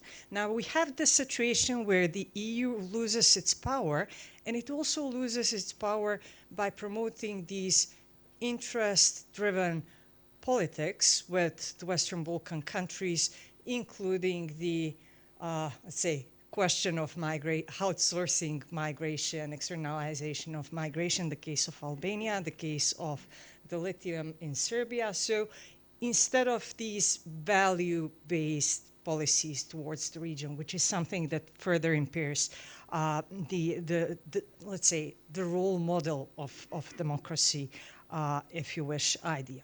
So if we think about this, how to connect these three things. So if you have the what is going to happen, what is the final reward, the how the system is going to unfold, and the who, meaning the European Union not being credible, all being on shaking grounds, then it is very difficult to imagine that the Union can essentially use adequately its transformative power and the mechanism of conditionality. So I think that this is something that will need to be discussed at the EU level in the coming months and hopefully years. Thank you.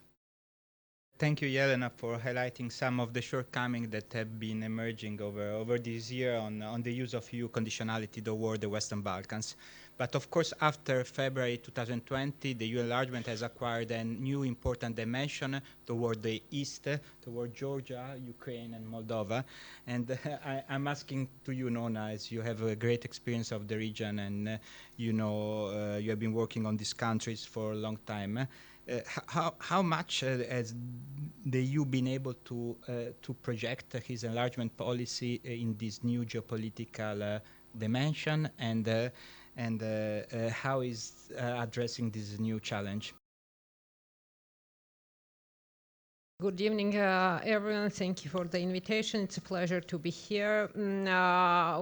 I think that the EU yet again finds itself in front of kind of the geopolitical juncture, especially after the elections we witnessed in past 2 weeks, one in Georgia, another in Moldova. In Moldova, happily, Maia Sandu managed to win and save the European path of the country, but we saw also how much effort she had to put in order to save the country from the Russian interference, which was unprecedented, the interference in the elections.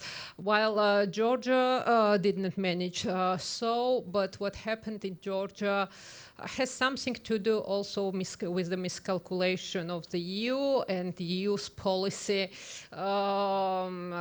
enlargement policy, or just simply EU's way of promoting democracy in the neighborhood. I think that the wrong practices to put in place the conditionality in the right way brought us to such a result.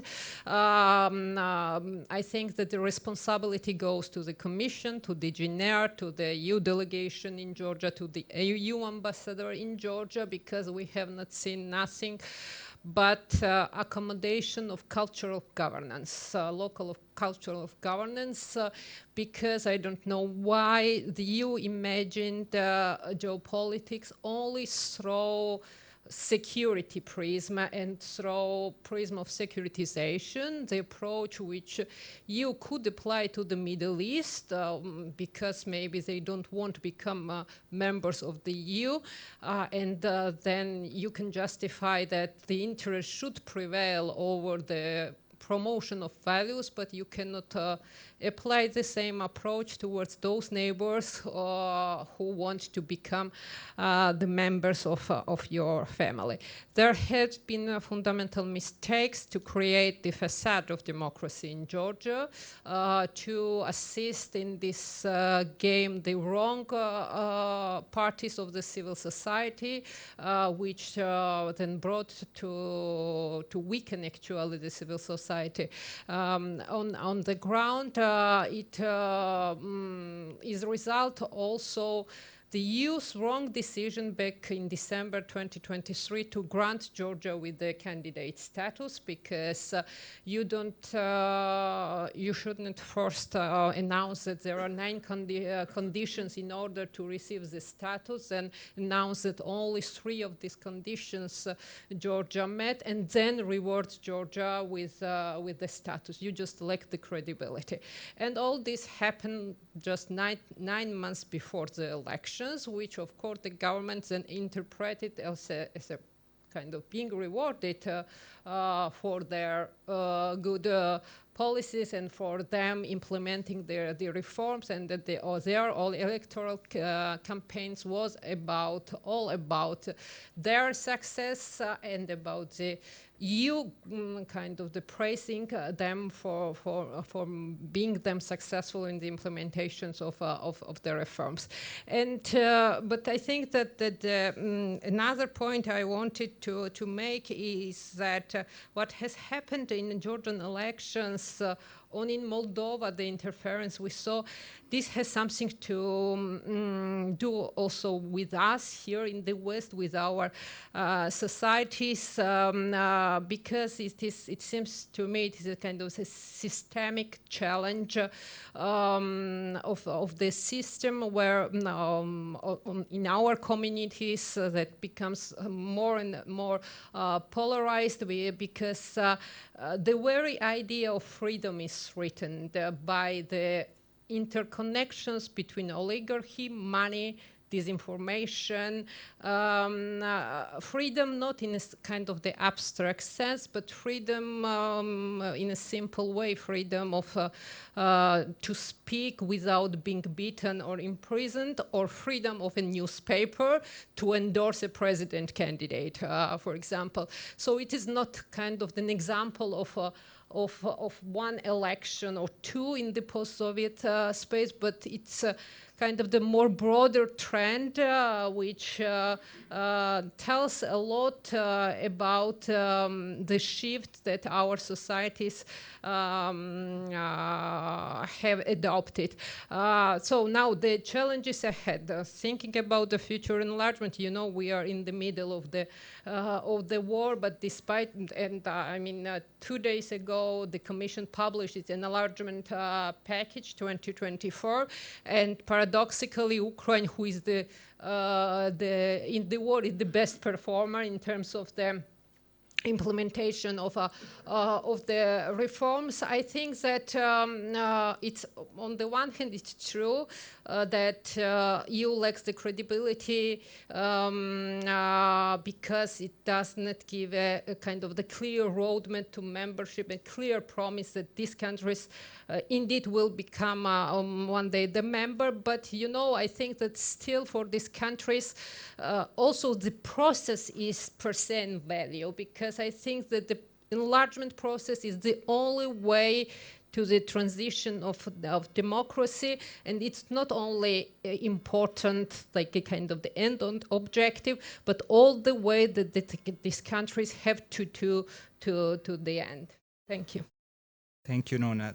This was a perfect access to give floor to Srejan, because I mean, your think tank has been one of the main promoter of this staged accession model together with SEPS in Brussels. So can you tell a bit more about your approach to reform your enlargement, and how can it help to both candidate countries but also EU member states to prepare for future enlargement? Thank you very much, Matteo. I'd like to start with a big thank you to LUIS University and Institute for Foreign Affairs, Italian Institute for Foreign Affairs, for inviting me and for organizing this event, and especially for organizing it among the audience of future decision makers. Very often these discussions are held in rooms full of people like myself, middle-aged men dealing with different aspects of politics, but we need to decentralize this discussion and talk to you as a future of Europe. So to answer your question, the European Policy Center, together with our colleagues from CEPS, from Brussels, came to an idea to challenge the transitional EU accession negotiating process, since it was obvious that using the old methods was not delivering the desired results.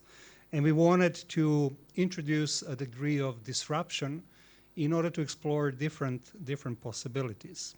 And this is how the staged accession methodology came to reality. We wanted to introduce this new approach in a way to provoke different discussions about the EU enlargement in order to understand it in a broader out-of-box context rather than to address it in at that moment classical in, on, or out binary perspective.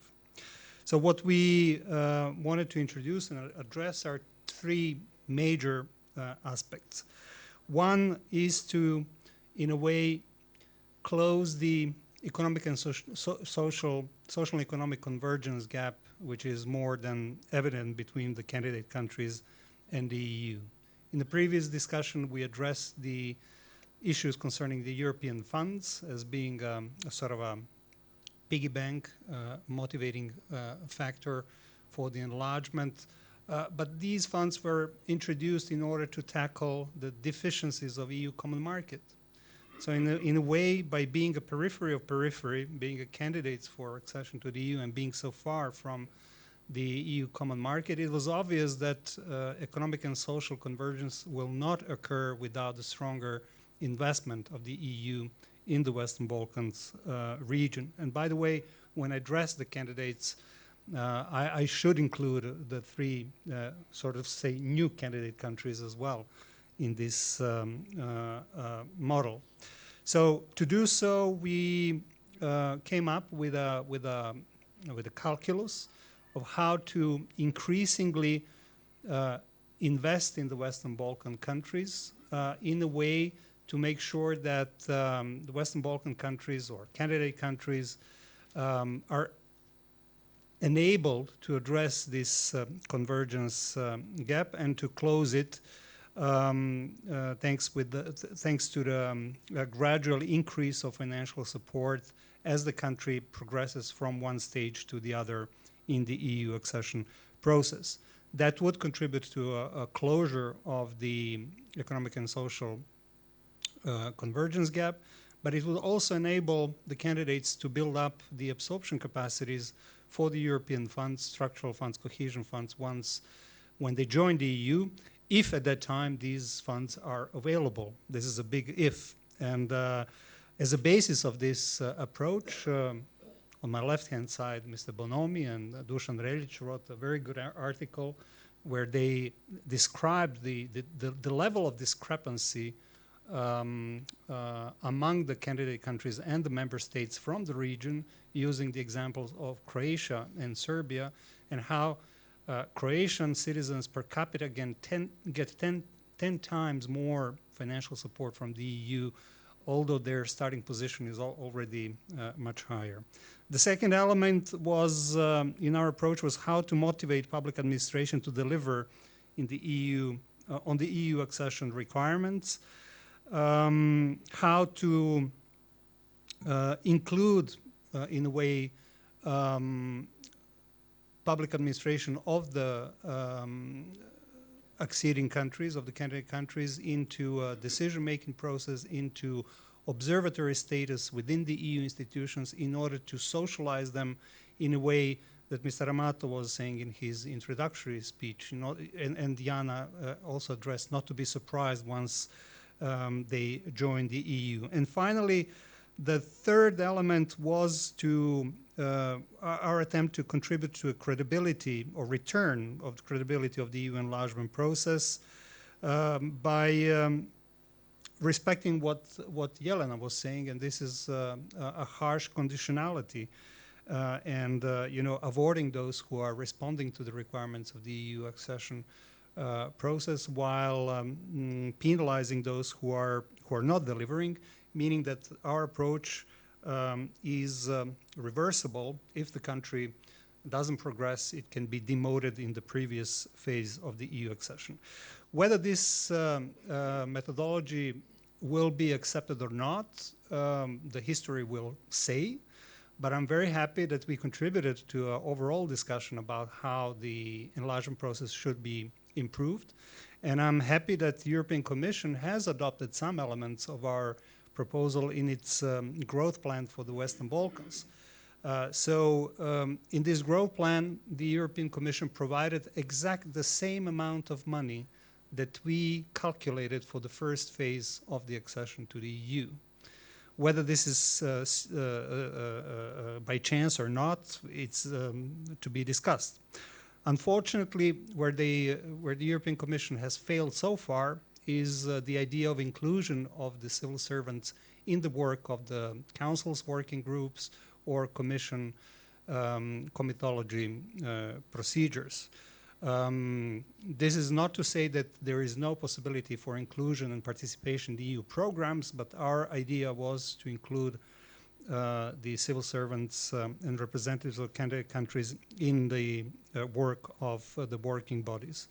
And finally, the growth plan also includes safeguards, as we proposed, in order to make sure that there is a reversibility of the process. Furthermore, I would also like to mention another Italian, Mr. Enrico Letta, and his report on the European market, who also walked the very same path and who said, yes, we need more money. And he said, we need an enlargement solidarity facility in order to close this economic and social gap, which is obvious.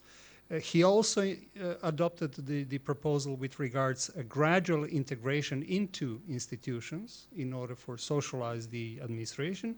And obviously he was very strict on the safeguards that needs to be introduced. So regardless of the first reception of our proposal, which was a bit perceived as an out-of-box and outlandish proposal, you can see that elements of two think tanks, one from the region and one from the EU, basically contributed to a mainstream political thinking at this stage with regards the preparation of the Western Balkans for the integration. And to address maybe another issue which was part of the previous session, introduction of this modality does not require the treaty changes. Furthermore, by the speeding up of the enlargement process, it could enable deepening and enlargement to go hand in hand, and to introduce the changes which are important for the European members and those future European members through the signing of the accession treaties with the candidate countries. I will stop by addressing one more issue, and this is the importance of the context in which this enlargement is taking place.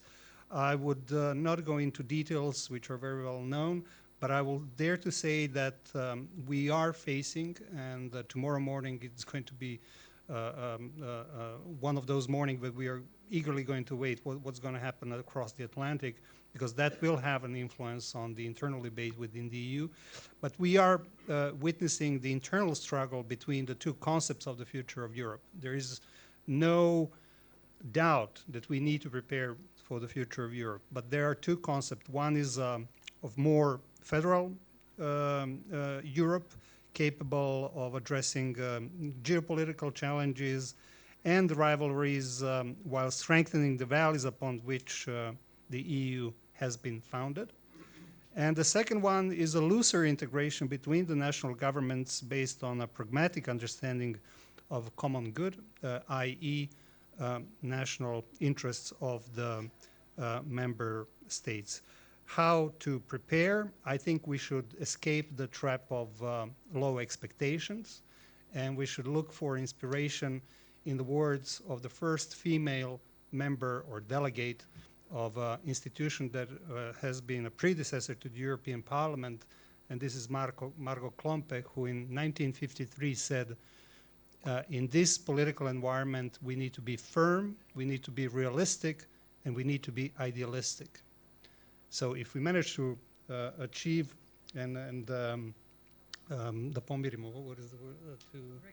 To reconcile these very different concepts, I think we can prepare for the better future Europe.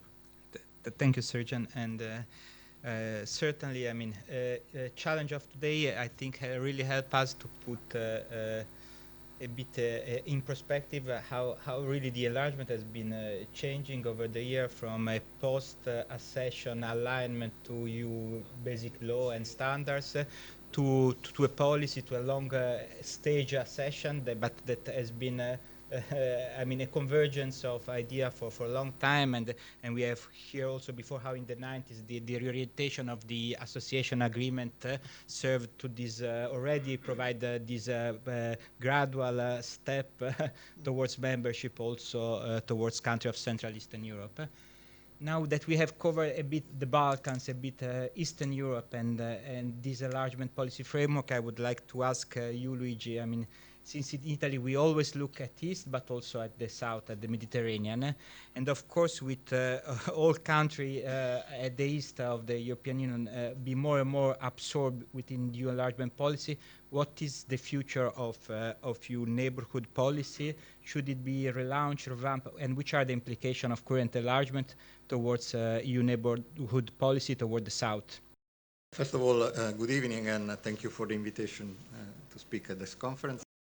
Not only the EU enlargement is 20-year-old, also the European neighborhood policy is just turned 20. So it's moving beyond adolescence, and unfortunately, it's clearly a policy that is failed, as according to many, has provoked great disillusion, certainly amongst the southern partners.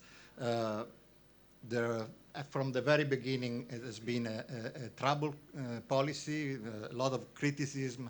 I was coming back from Turkey, where I was the deputy head of the delegation, EU delegation, and head of political section, and where I witnessed the power, the transformative power of the pre-accession process. Just remembering that in a couple of years, since the AKP government took power, they managed to pass a series of key reforms that put the countries in the right track. At least negotiations were open in 2004 because it was deemed that Turkey was already on the way to comply with the Copenhagen political criteria.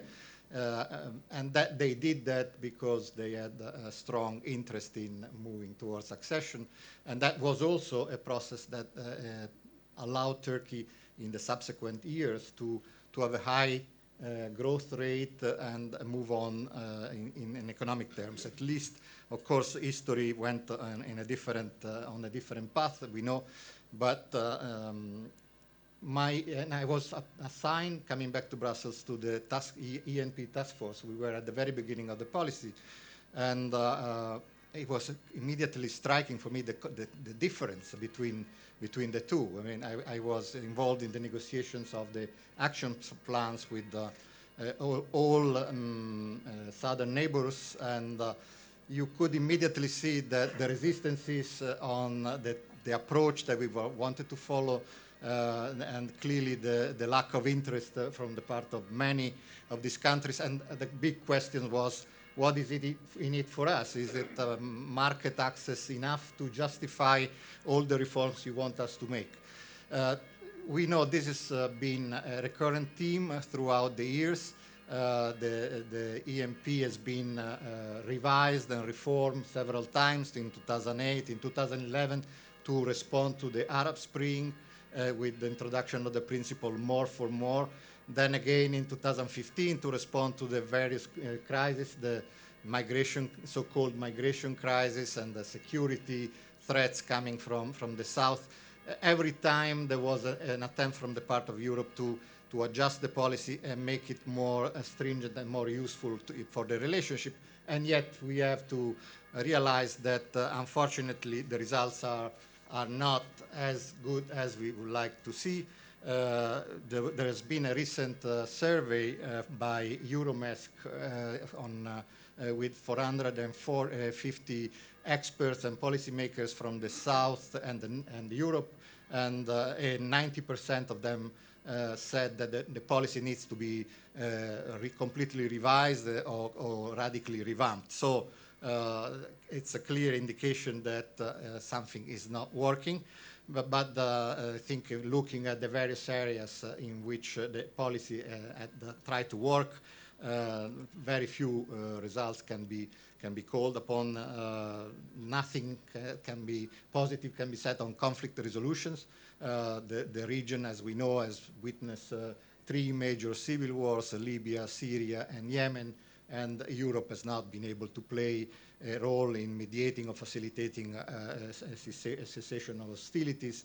And not to say about the last year, which of course the war between Israel and Hamas in Gaza, and now in Lebanon, and the risk of becoming a widespread regional conflict has not seen Europe united and nor capable of playing a role in trying to promote de-escalation and possibly move on towards conflict resolution.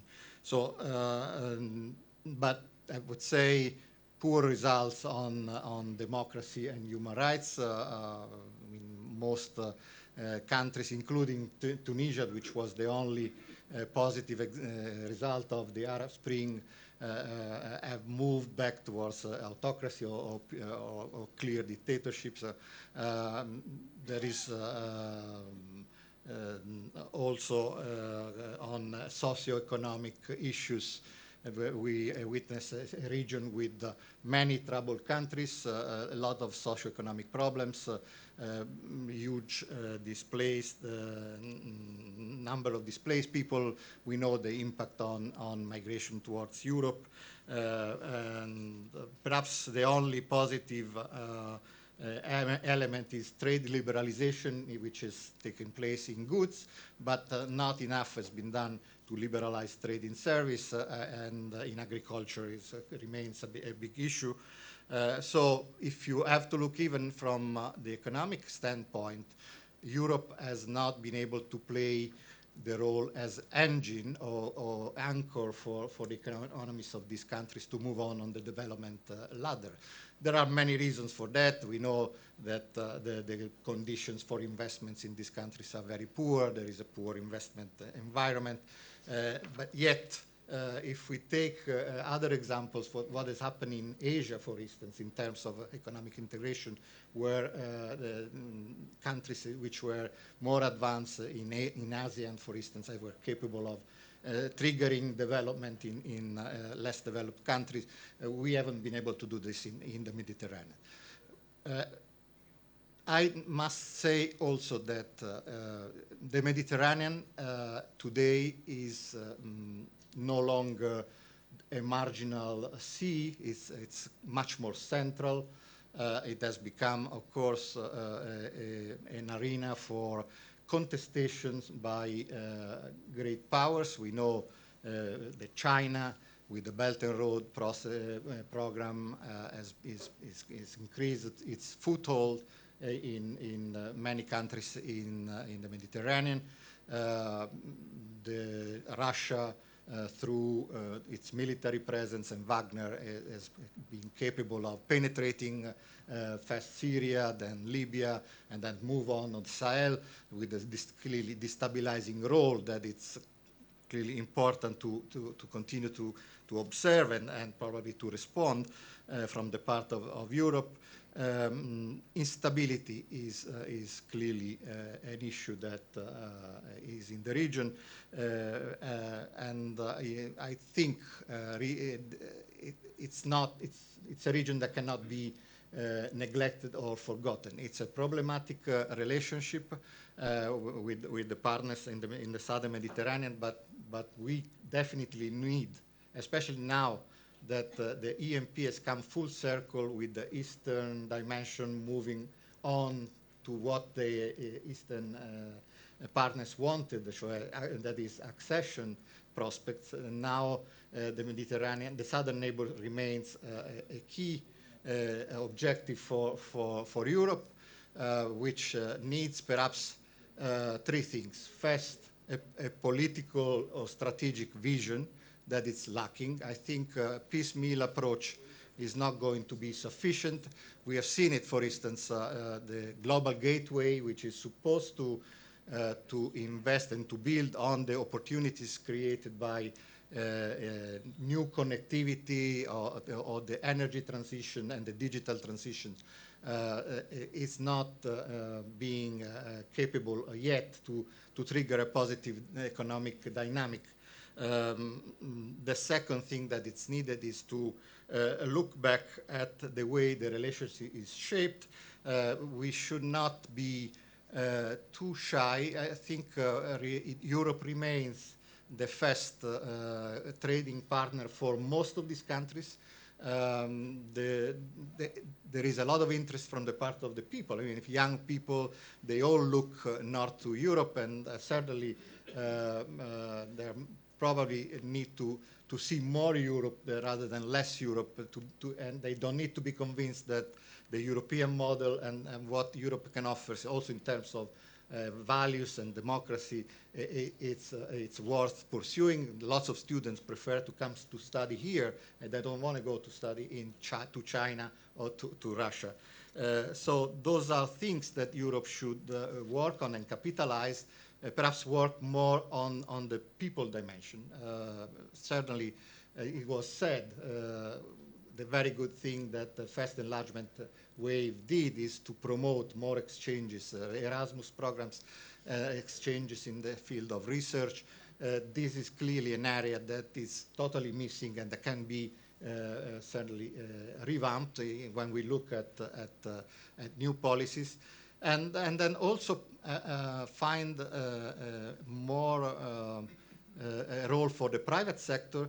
There is a lot of talk about reshoring or nearshoring of value chains, companies relocating away from China and moving closer to Europe. This is a great potential, and it's a potential for investment, and it's potential for getting these countries again closer to Europe.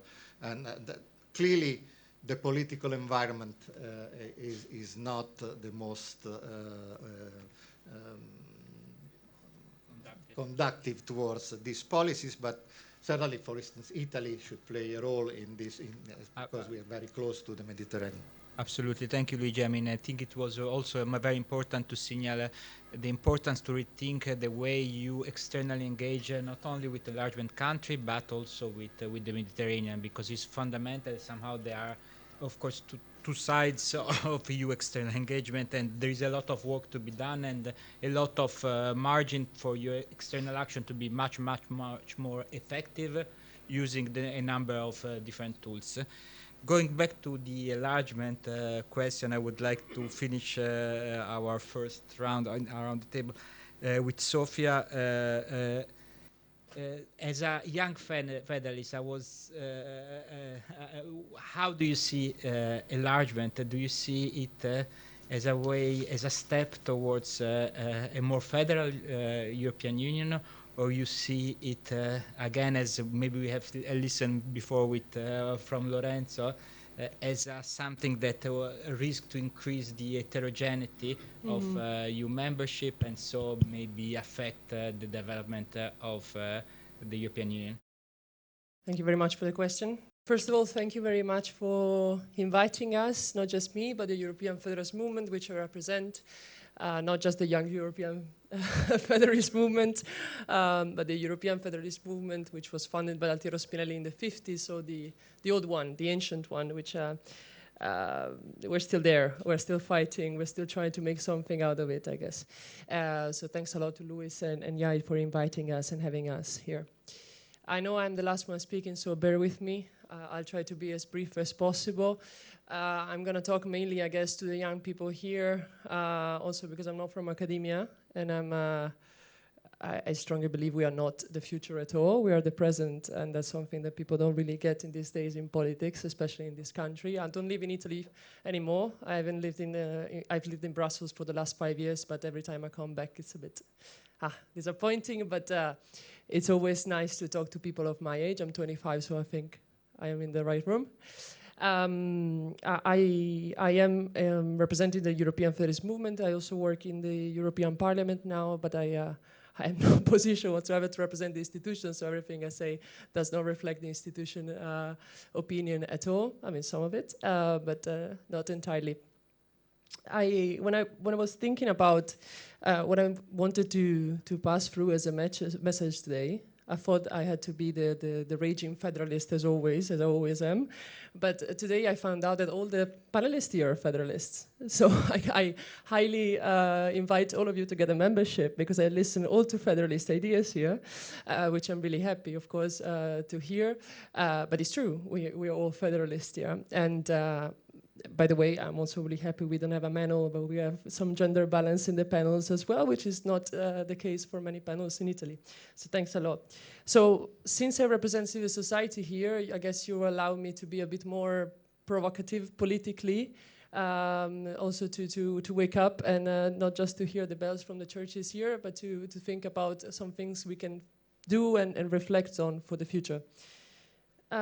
We as federalists, we never really seen enlargement as a policy completely detached from federalism, in the sense that where we come from, which is the Ventotene Manifesto, this is for us the starting point of a movement and our ideology, which is mostly a philosophy more than ideology, is European Union is an institution, and any federal institution, the only aim and the only reason we exist is to bring peace. If tomorrow someone comes to me and say there's a better way to reach peace and to get peace, we would not be federalist anymore, and it's fine. Like, the only reason is that we want peace. And to get peace, we want to have it like in an institutional revolutionary way. So to get institutions together. That's the only reason. We're not federalists because we want to be federalist. We're federalists because we want to have peace. And this is what happened with the 27 member states we have now.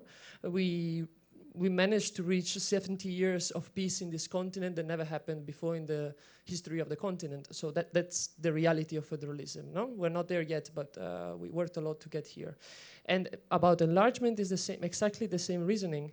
We need enlargement and we need reform, but we don't need enlargement for the sake of it. We need enlargement because this is the aim and the goal and a duty for the European Union. Because this is the values why we stand from, this is value why the European Union was founded in the first place, to not to get bigger necessarily, but to bring peace in a democratic way, in a transparent way. So there's no, regarding your question, it's funny that you mentioned kind of heterogeneity as a bad thing for federalism. It's a tricky question. I think it's on purpose a tricky question, in the sense that, for sure, enlargement brings more diversity, heterogeneity inside the institution, and we welcome that. In United in Diversity, no? Look, we welcome that. That's actually a big point for us. There's no need to be completely on the same page on everything to have common areas of policy. No need. We don't want a centralized state. We want a federation, which is very different. We welcome diversity and we welcome heterogeneity. It's not a problem for federalism, and it's never been, not just in Europe, but also in other examples. Look at India, they have 14 different alphabets in their state. Alphabets, not languages. Languages more than 400. Look at Switzerland, look at Brazil, look at Argentina. The argument that we cannot unite Europe politically even more because we are too different is completely senseless to me. And I never really understood it. Never. We unite because we have a common goal and a common point to reach. We don't unite because we are the same. we will never be the same. And again, we welcome that. And I think this is proven by the fact the European Commission and the European Parliament as well, most of the funds in Italy, especially, I come from Verona, so the northeast, most of the funds, especially in my region, they're for languages that are not spoken anymore, because I mean, diversity is a big goal. But we could talk about this forever, but I'll try to brief on your question specifically. We do need enlargement, again, as a kind of a vocational a policy, is true. We do need deepening to get enlargement, but we do need deepening even without enlargement. Like, this has to be clear. We do not need deepening now because we are trying to enlarge again. It's not a thing. We need deepening to get the European Union to survive, period. So we do need deepening for the European Union to keep doing what has been doing for the last decades and evolve in that. Then, of course, enlargement is happening, and it will happen, if we like it or not, it will happen. It's already happening. And we need to prepare as best as we can to be ready for that. I remember our president, Metsola, saying, I think a couple of years ago, she said, if Moldova, after Charles Michel said that by 2030 we will enlarge completely randomly with no political strategy there, Metsola said, if Moldova, for example, is ready by 2030, and we're telling them, you need to be ready by 2030, are we going to be able to say we're not ready to them? After everything they did to be ready by 2030, are we going to be able to say, actually, no, with the European Union, we're not ready for that? And it's, if, again, talking to the students, I guess, if there's something I want you to take home, just one thing, if you need to remember one thing, because I'm sure after hearing for 2 hours people talking you won't, but one thing is credibility. This is the key word. The European Union is based on credibility, needs to be based on credibility, and that's not what we're doing now. The EPC, for example, the European Political Community, it's a false hope. It's again another intergovernmental organization that discuss stuff that has no competence on. It's again another thing. So just to close on this, because I know we're strict on time, the deepening prepares for enlargement is true, but enlargement is a big asset for us because it shows us the necessity for deepening at the same time. I know it's very Western-centered as a statement, but it's true. We need to take what we can. And if in any way, like, as Jeff, if I can say, as a European Federalist Movement, we published our political resolution on Georgia and Moldova, for example, about the necessity to help them out and get them in the European Union as fast as possible before these two states applied for European membership. So we've always been in favor of enlargement. There's no question about that. But just one thing on the future, which is the present. In 2 days on Thursday, at 9:30, there's going to be the hearing. I know that we're going to have American elections tomorrow, but even more exciting than American elections is the commissioners' hearings, which I highly invite you to follow. They can be interesting. In 2 days at 9:30, Marta Koch, the commission designate for enlargement, will have their hearing. And I strongly suggest you to follow what she's going to say, because looking at the written question and the mission letter that she submit, it's not good news. So I invite you to follow that. But again, we need to deepening the European Union, and it's not just me saying, all the panelists have said it, but we need to do it regardless of enlargement, and we need to do it now because we cannot wait for another crisis to destroy what we built so far. Thank you very much. Thank you, Sofia. I mean, probably yes. The costs of non-integration today are much more clear to everyone. I'm not sure if there is such an agreement on the way we should pursue further integration, but let's see. It's open to political discussion. I would like to open the floor to have some question. Please introduce yourself and pose your question.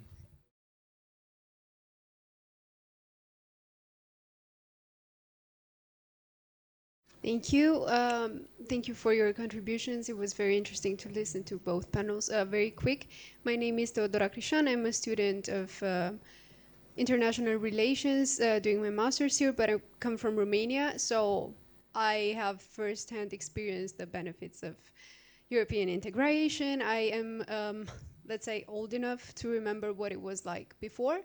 But my question concerns Georgia and Moldova, because these are not, let's say, not your usual candidates, because the states itself are very fragmented. We have Transnistria, we have South Ossetia, we have Abkhazia, and there the societies within these regions are also very polarized. So my question is, how, it's not about setting norms and asking the states to make internal changes to their politics, to their governments, and so on, to get them fit to be admitted to the EU. But how can you actually help such polarized societies? You've seen in Moldova, we have a slightly bigger majority voting for Maya Sandu, but actually it's more or less 50-50. We have a lot of Russian influence in these places. And my question is, how can you make Europe more attractive for these people? It's not about Europe is not imperialistic. We don't want people to come to us. We don't want people to, we don't want to impose ourselves on people, but it's a necessity, if not for geopolitical reasons, but it's a necessity to assist these people who want to join. Thank you. Thank you.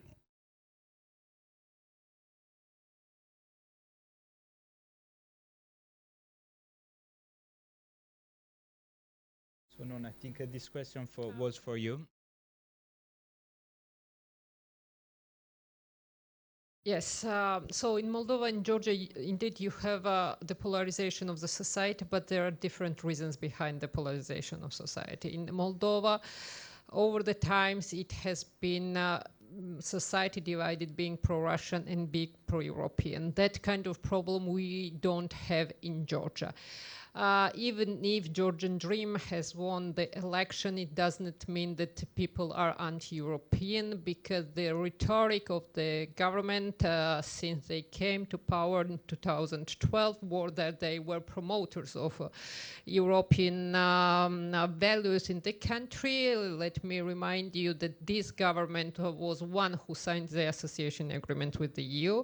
This government was one implementing initially some reforms in order to get the visa liberalization from the EU, and this government then was somehow one to submit it, the demand for admission to the EU.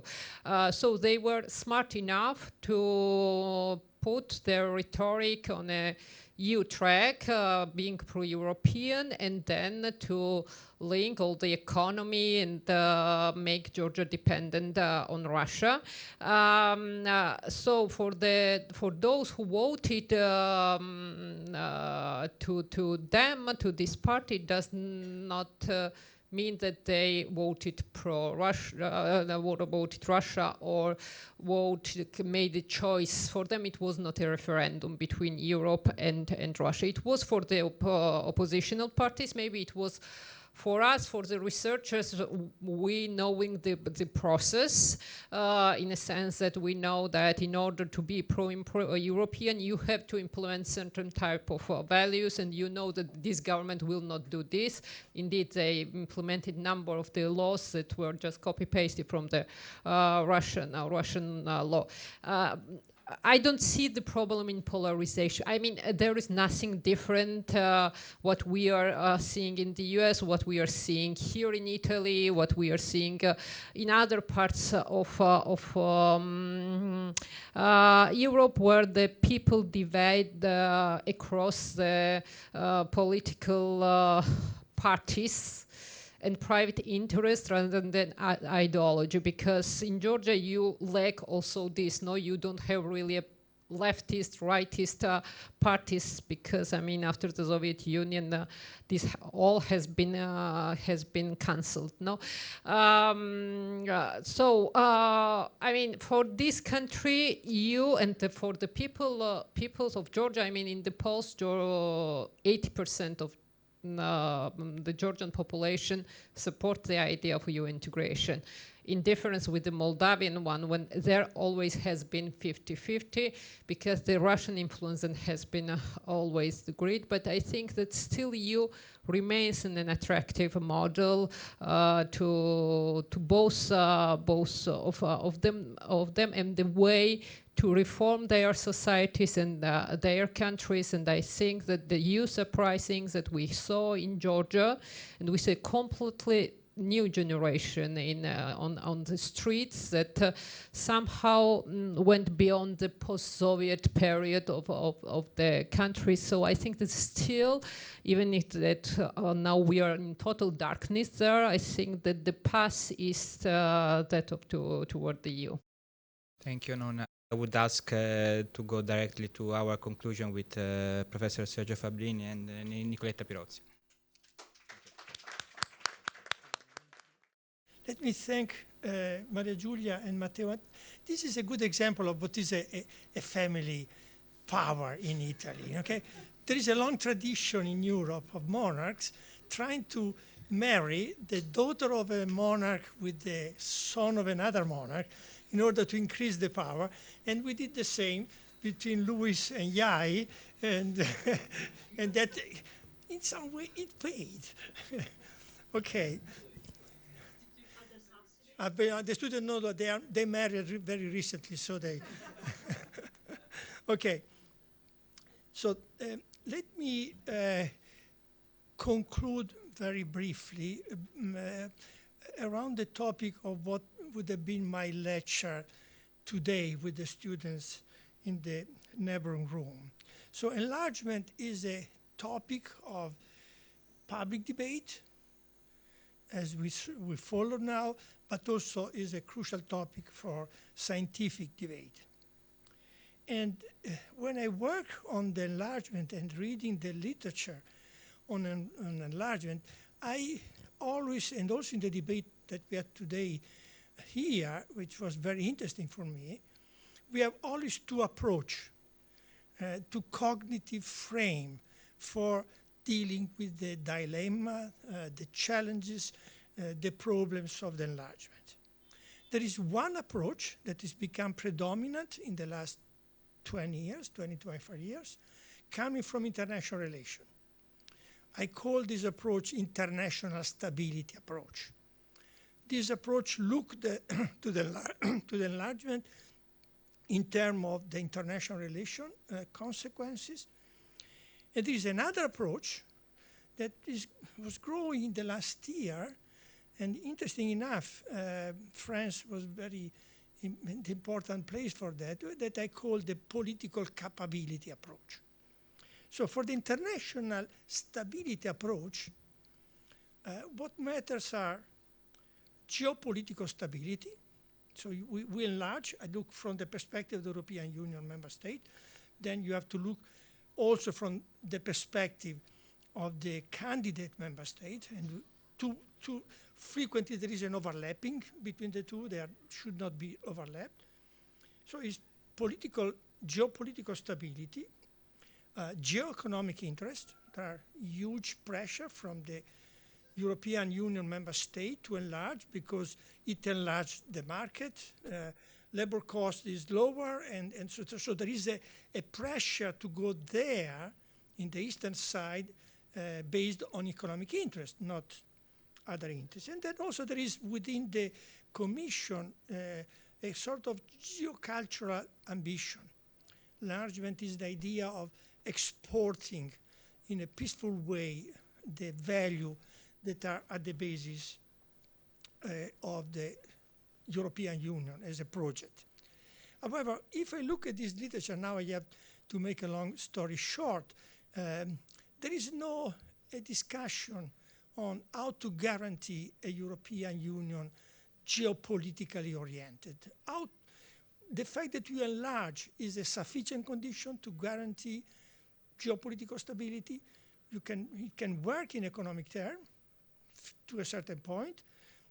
You can have this idea of socialization of value, but in terms of geopolitical stability, is sufficient enlargement. You need to wrap the enlargement within a political project. This idea is never fully discussed. We did the previous enlargement 2004, 2013, and we have roughly the basic structure of the European Union devised in Maastricht. So, and there was no discussion about the two engines of the European Union, supranational and intergovernmental.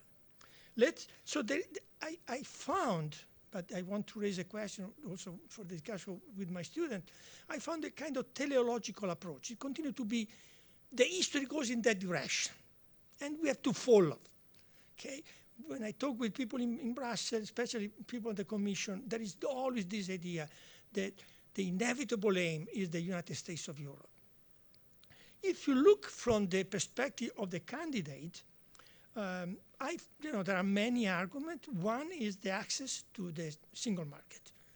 This is the most important, crucial effect of the enlargement. The discussion about funds, structural fund, cohesion funds, to enjoy the market. One journalist in Brussels participating in one of these discussions said, it seems the European Union is like a bancomat. There is the idea that basically you get those funds and then we will see. Of course, the second argument, the protection for Russia from Russian aims. Russia is there. It's not the same for other countries, but we have the permanent threat represented by Russia. And also the kind of diplomatic relation that you can strengthen, develop through this enlargement. So the impression that I have from reading this literature from the perspective of the candidate, there is no clear interest on how the EU function, how it takes decision. There is always a discussion on processes, socialization, meeting other premier or presidents, but how the EU function is not there. And also there is no perception of the constraint that it should, let's say, imposed by the European Union for countries coming in. And of course, here there is a serious problem, because when you come in, when you enter the European Union, then it's difficult to readdress. And of course, it's much easier to enter in the European Union than to be pushed out of the European Union. And of course, the epitome of that is Viktor Orban. He used the semesterial presidency for representing himself as the president of the European Union, rushing to Georgia, going to, and tomorrow, after tomorrow, Trump will win, it will be, we are with you, and so forth. So this is an example in which the European Union arrived and prepared to that transformation. The second one, I rushed to the conclusion, sorry, but just to make my students to understand that without concept it's impossible to understand politics.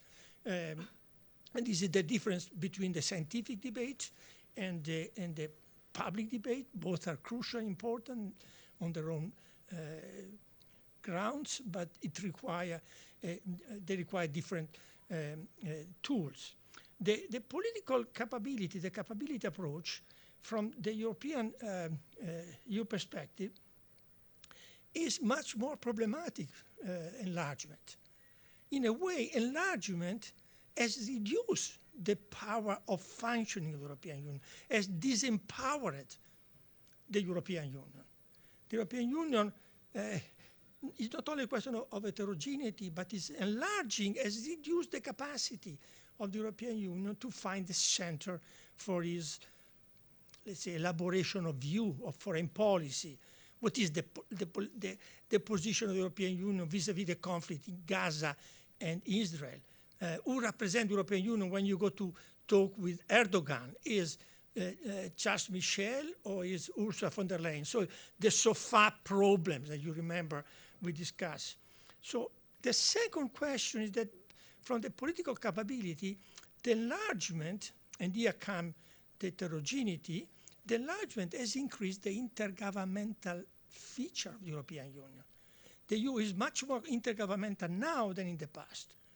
And the role of the European Council, which was, the council meeting once every 4 months to give the larger perspective. Then now the European Council has become the real, say, collegiate executive of the European Union. They decide where to go. And this was not in the past, because the Council is a sort of diplomatic, international kind of organization. So what happened to this European Union without previous reform? If tomorrow, after tomorrow, Trump will be the new president of the US, what is the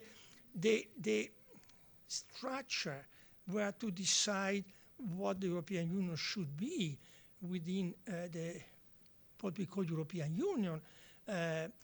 So I do understand the position of Thomas. With Thomas, we have a permanent discussion. The polycentric view can function in a Kantian world where you don't have significant challenges. From my perspective, Thomas, but this is a very friendly and colleagues debate, in this is not a Kantian world. I thought that we approach the end of history, but history has not ended. And if we're too much polycentric, how to deal with Putin from one side or from the conflict in the Middle East? So we need something else. It's not, and we need to reinvent something between a larger network of member states and the state in the classical Obesian way. So that is the creativity, the intelligence. What I say to my students is the challenge of their generation. So from the candidate perspective, and I rush, but of course for them, differentiation is fine. Because from the candidate perspective, there is no question of representative democracy. And there is no serious discussion in Europe on representative democracy. The question is output, delivering, but nobody say, but why we stay together? And how do we decide our, let's say, decision maker?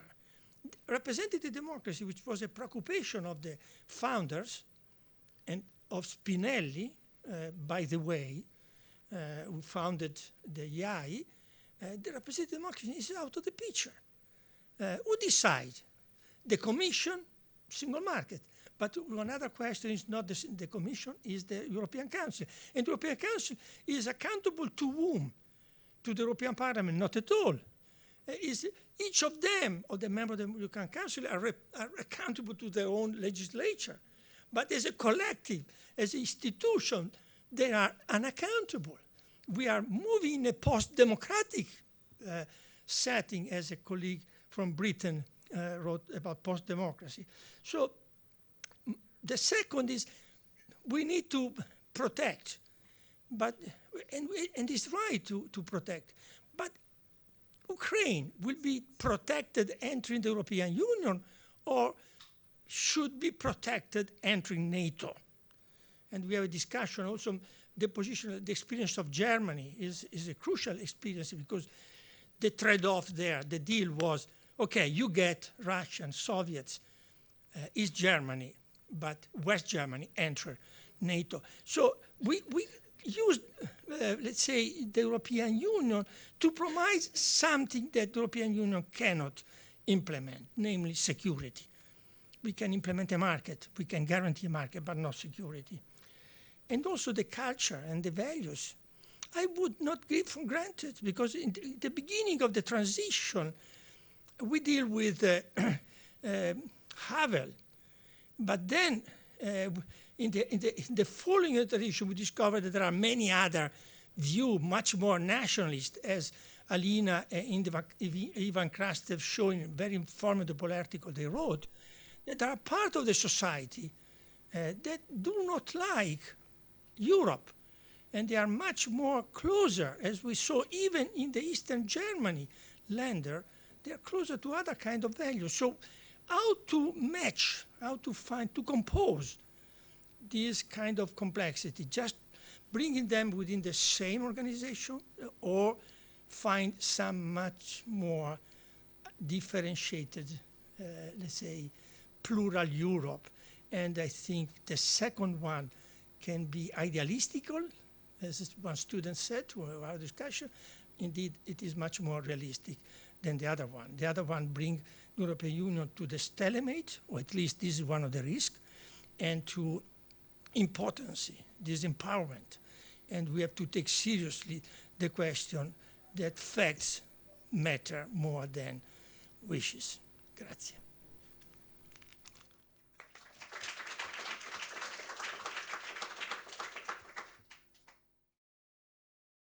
A few words from my side. I promised Professor Amato that I would be brief, so I cannot escape from this promise. Let me, first of all, starting by thanking Luis for this partnership in this project, Professor Fabrini, and of course, Matteo Bonomi and Maria Giulia Amadio for organizing this event, and Elisabetta Farroni for taking care of all the organizational aspects of it. So this project, REWEU, is a project about commemoration, but not a self-referential exercise, because we also wanted to reflect about the lessons learned we retain from the previous enlargement. So what have been the drivers, the perceptions, and the obstacles in 2004 enlargement as a guide also for future enlargement of the European Union. We know from the discussion today that both enlargement took place as a response by the European Union to very compelling geopolitical necessities.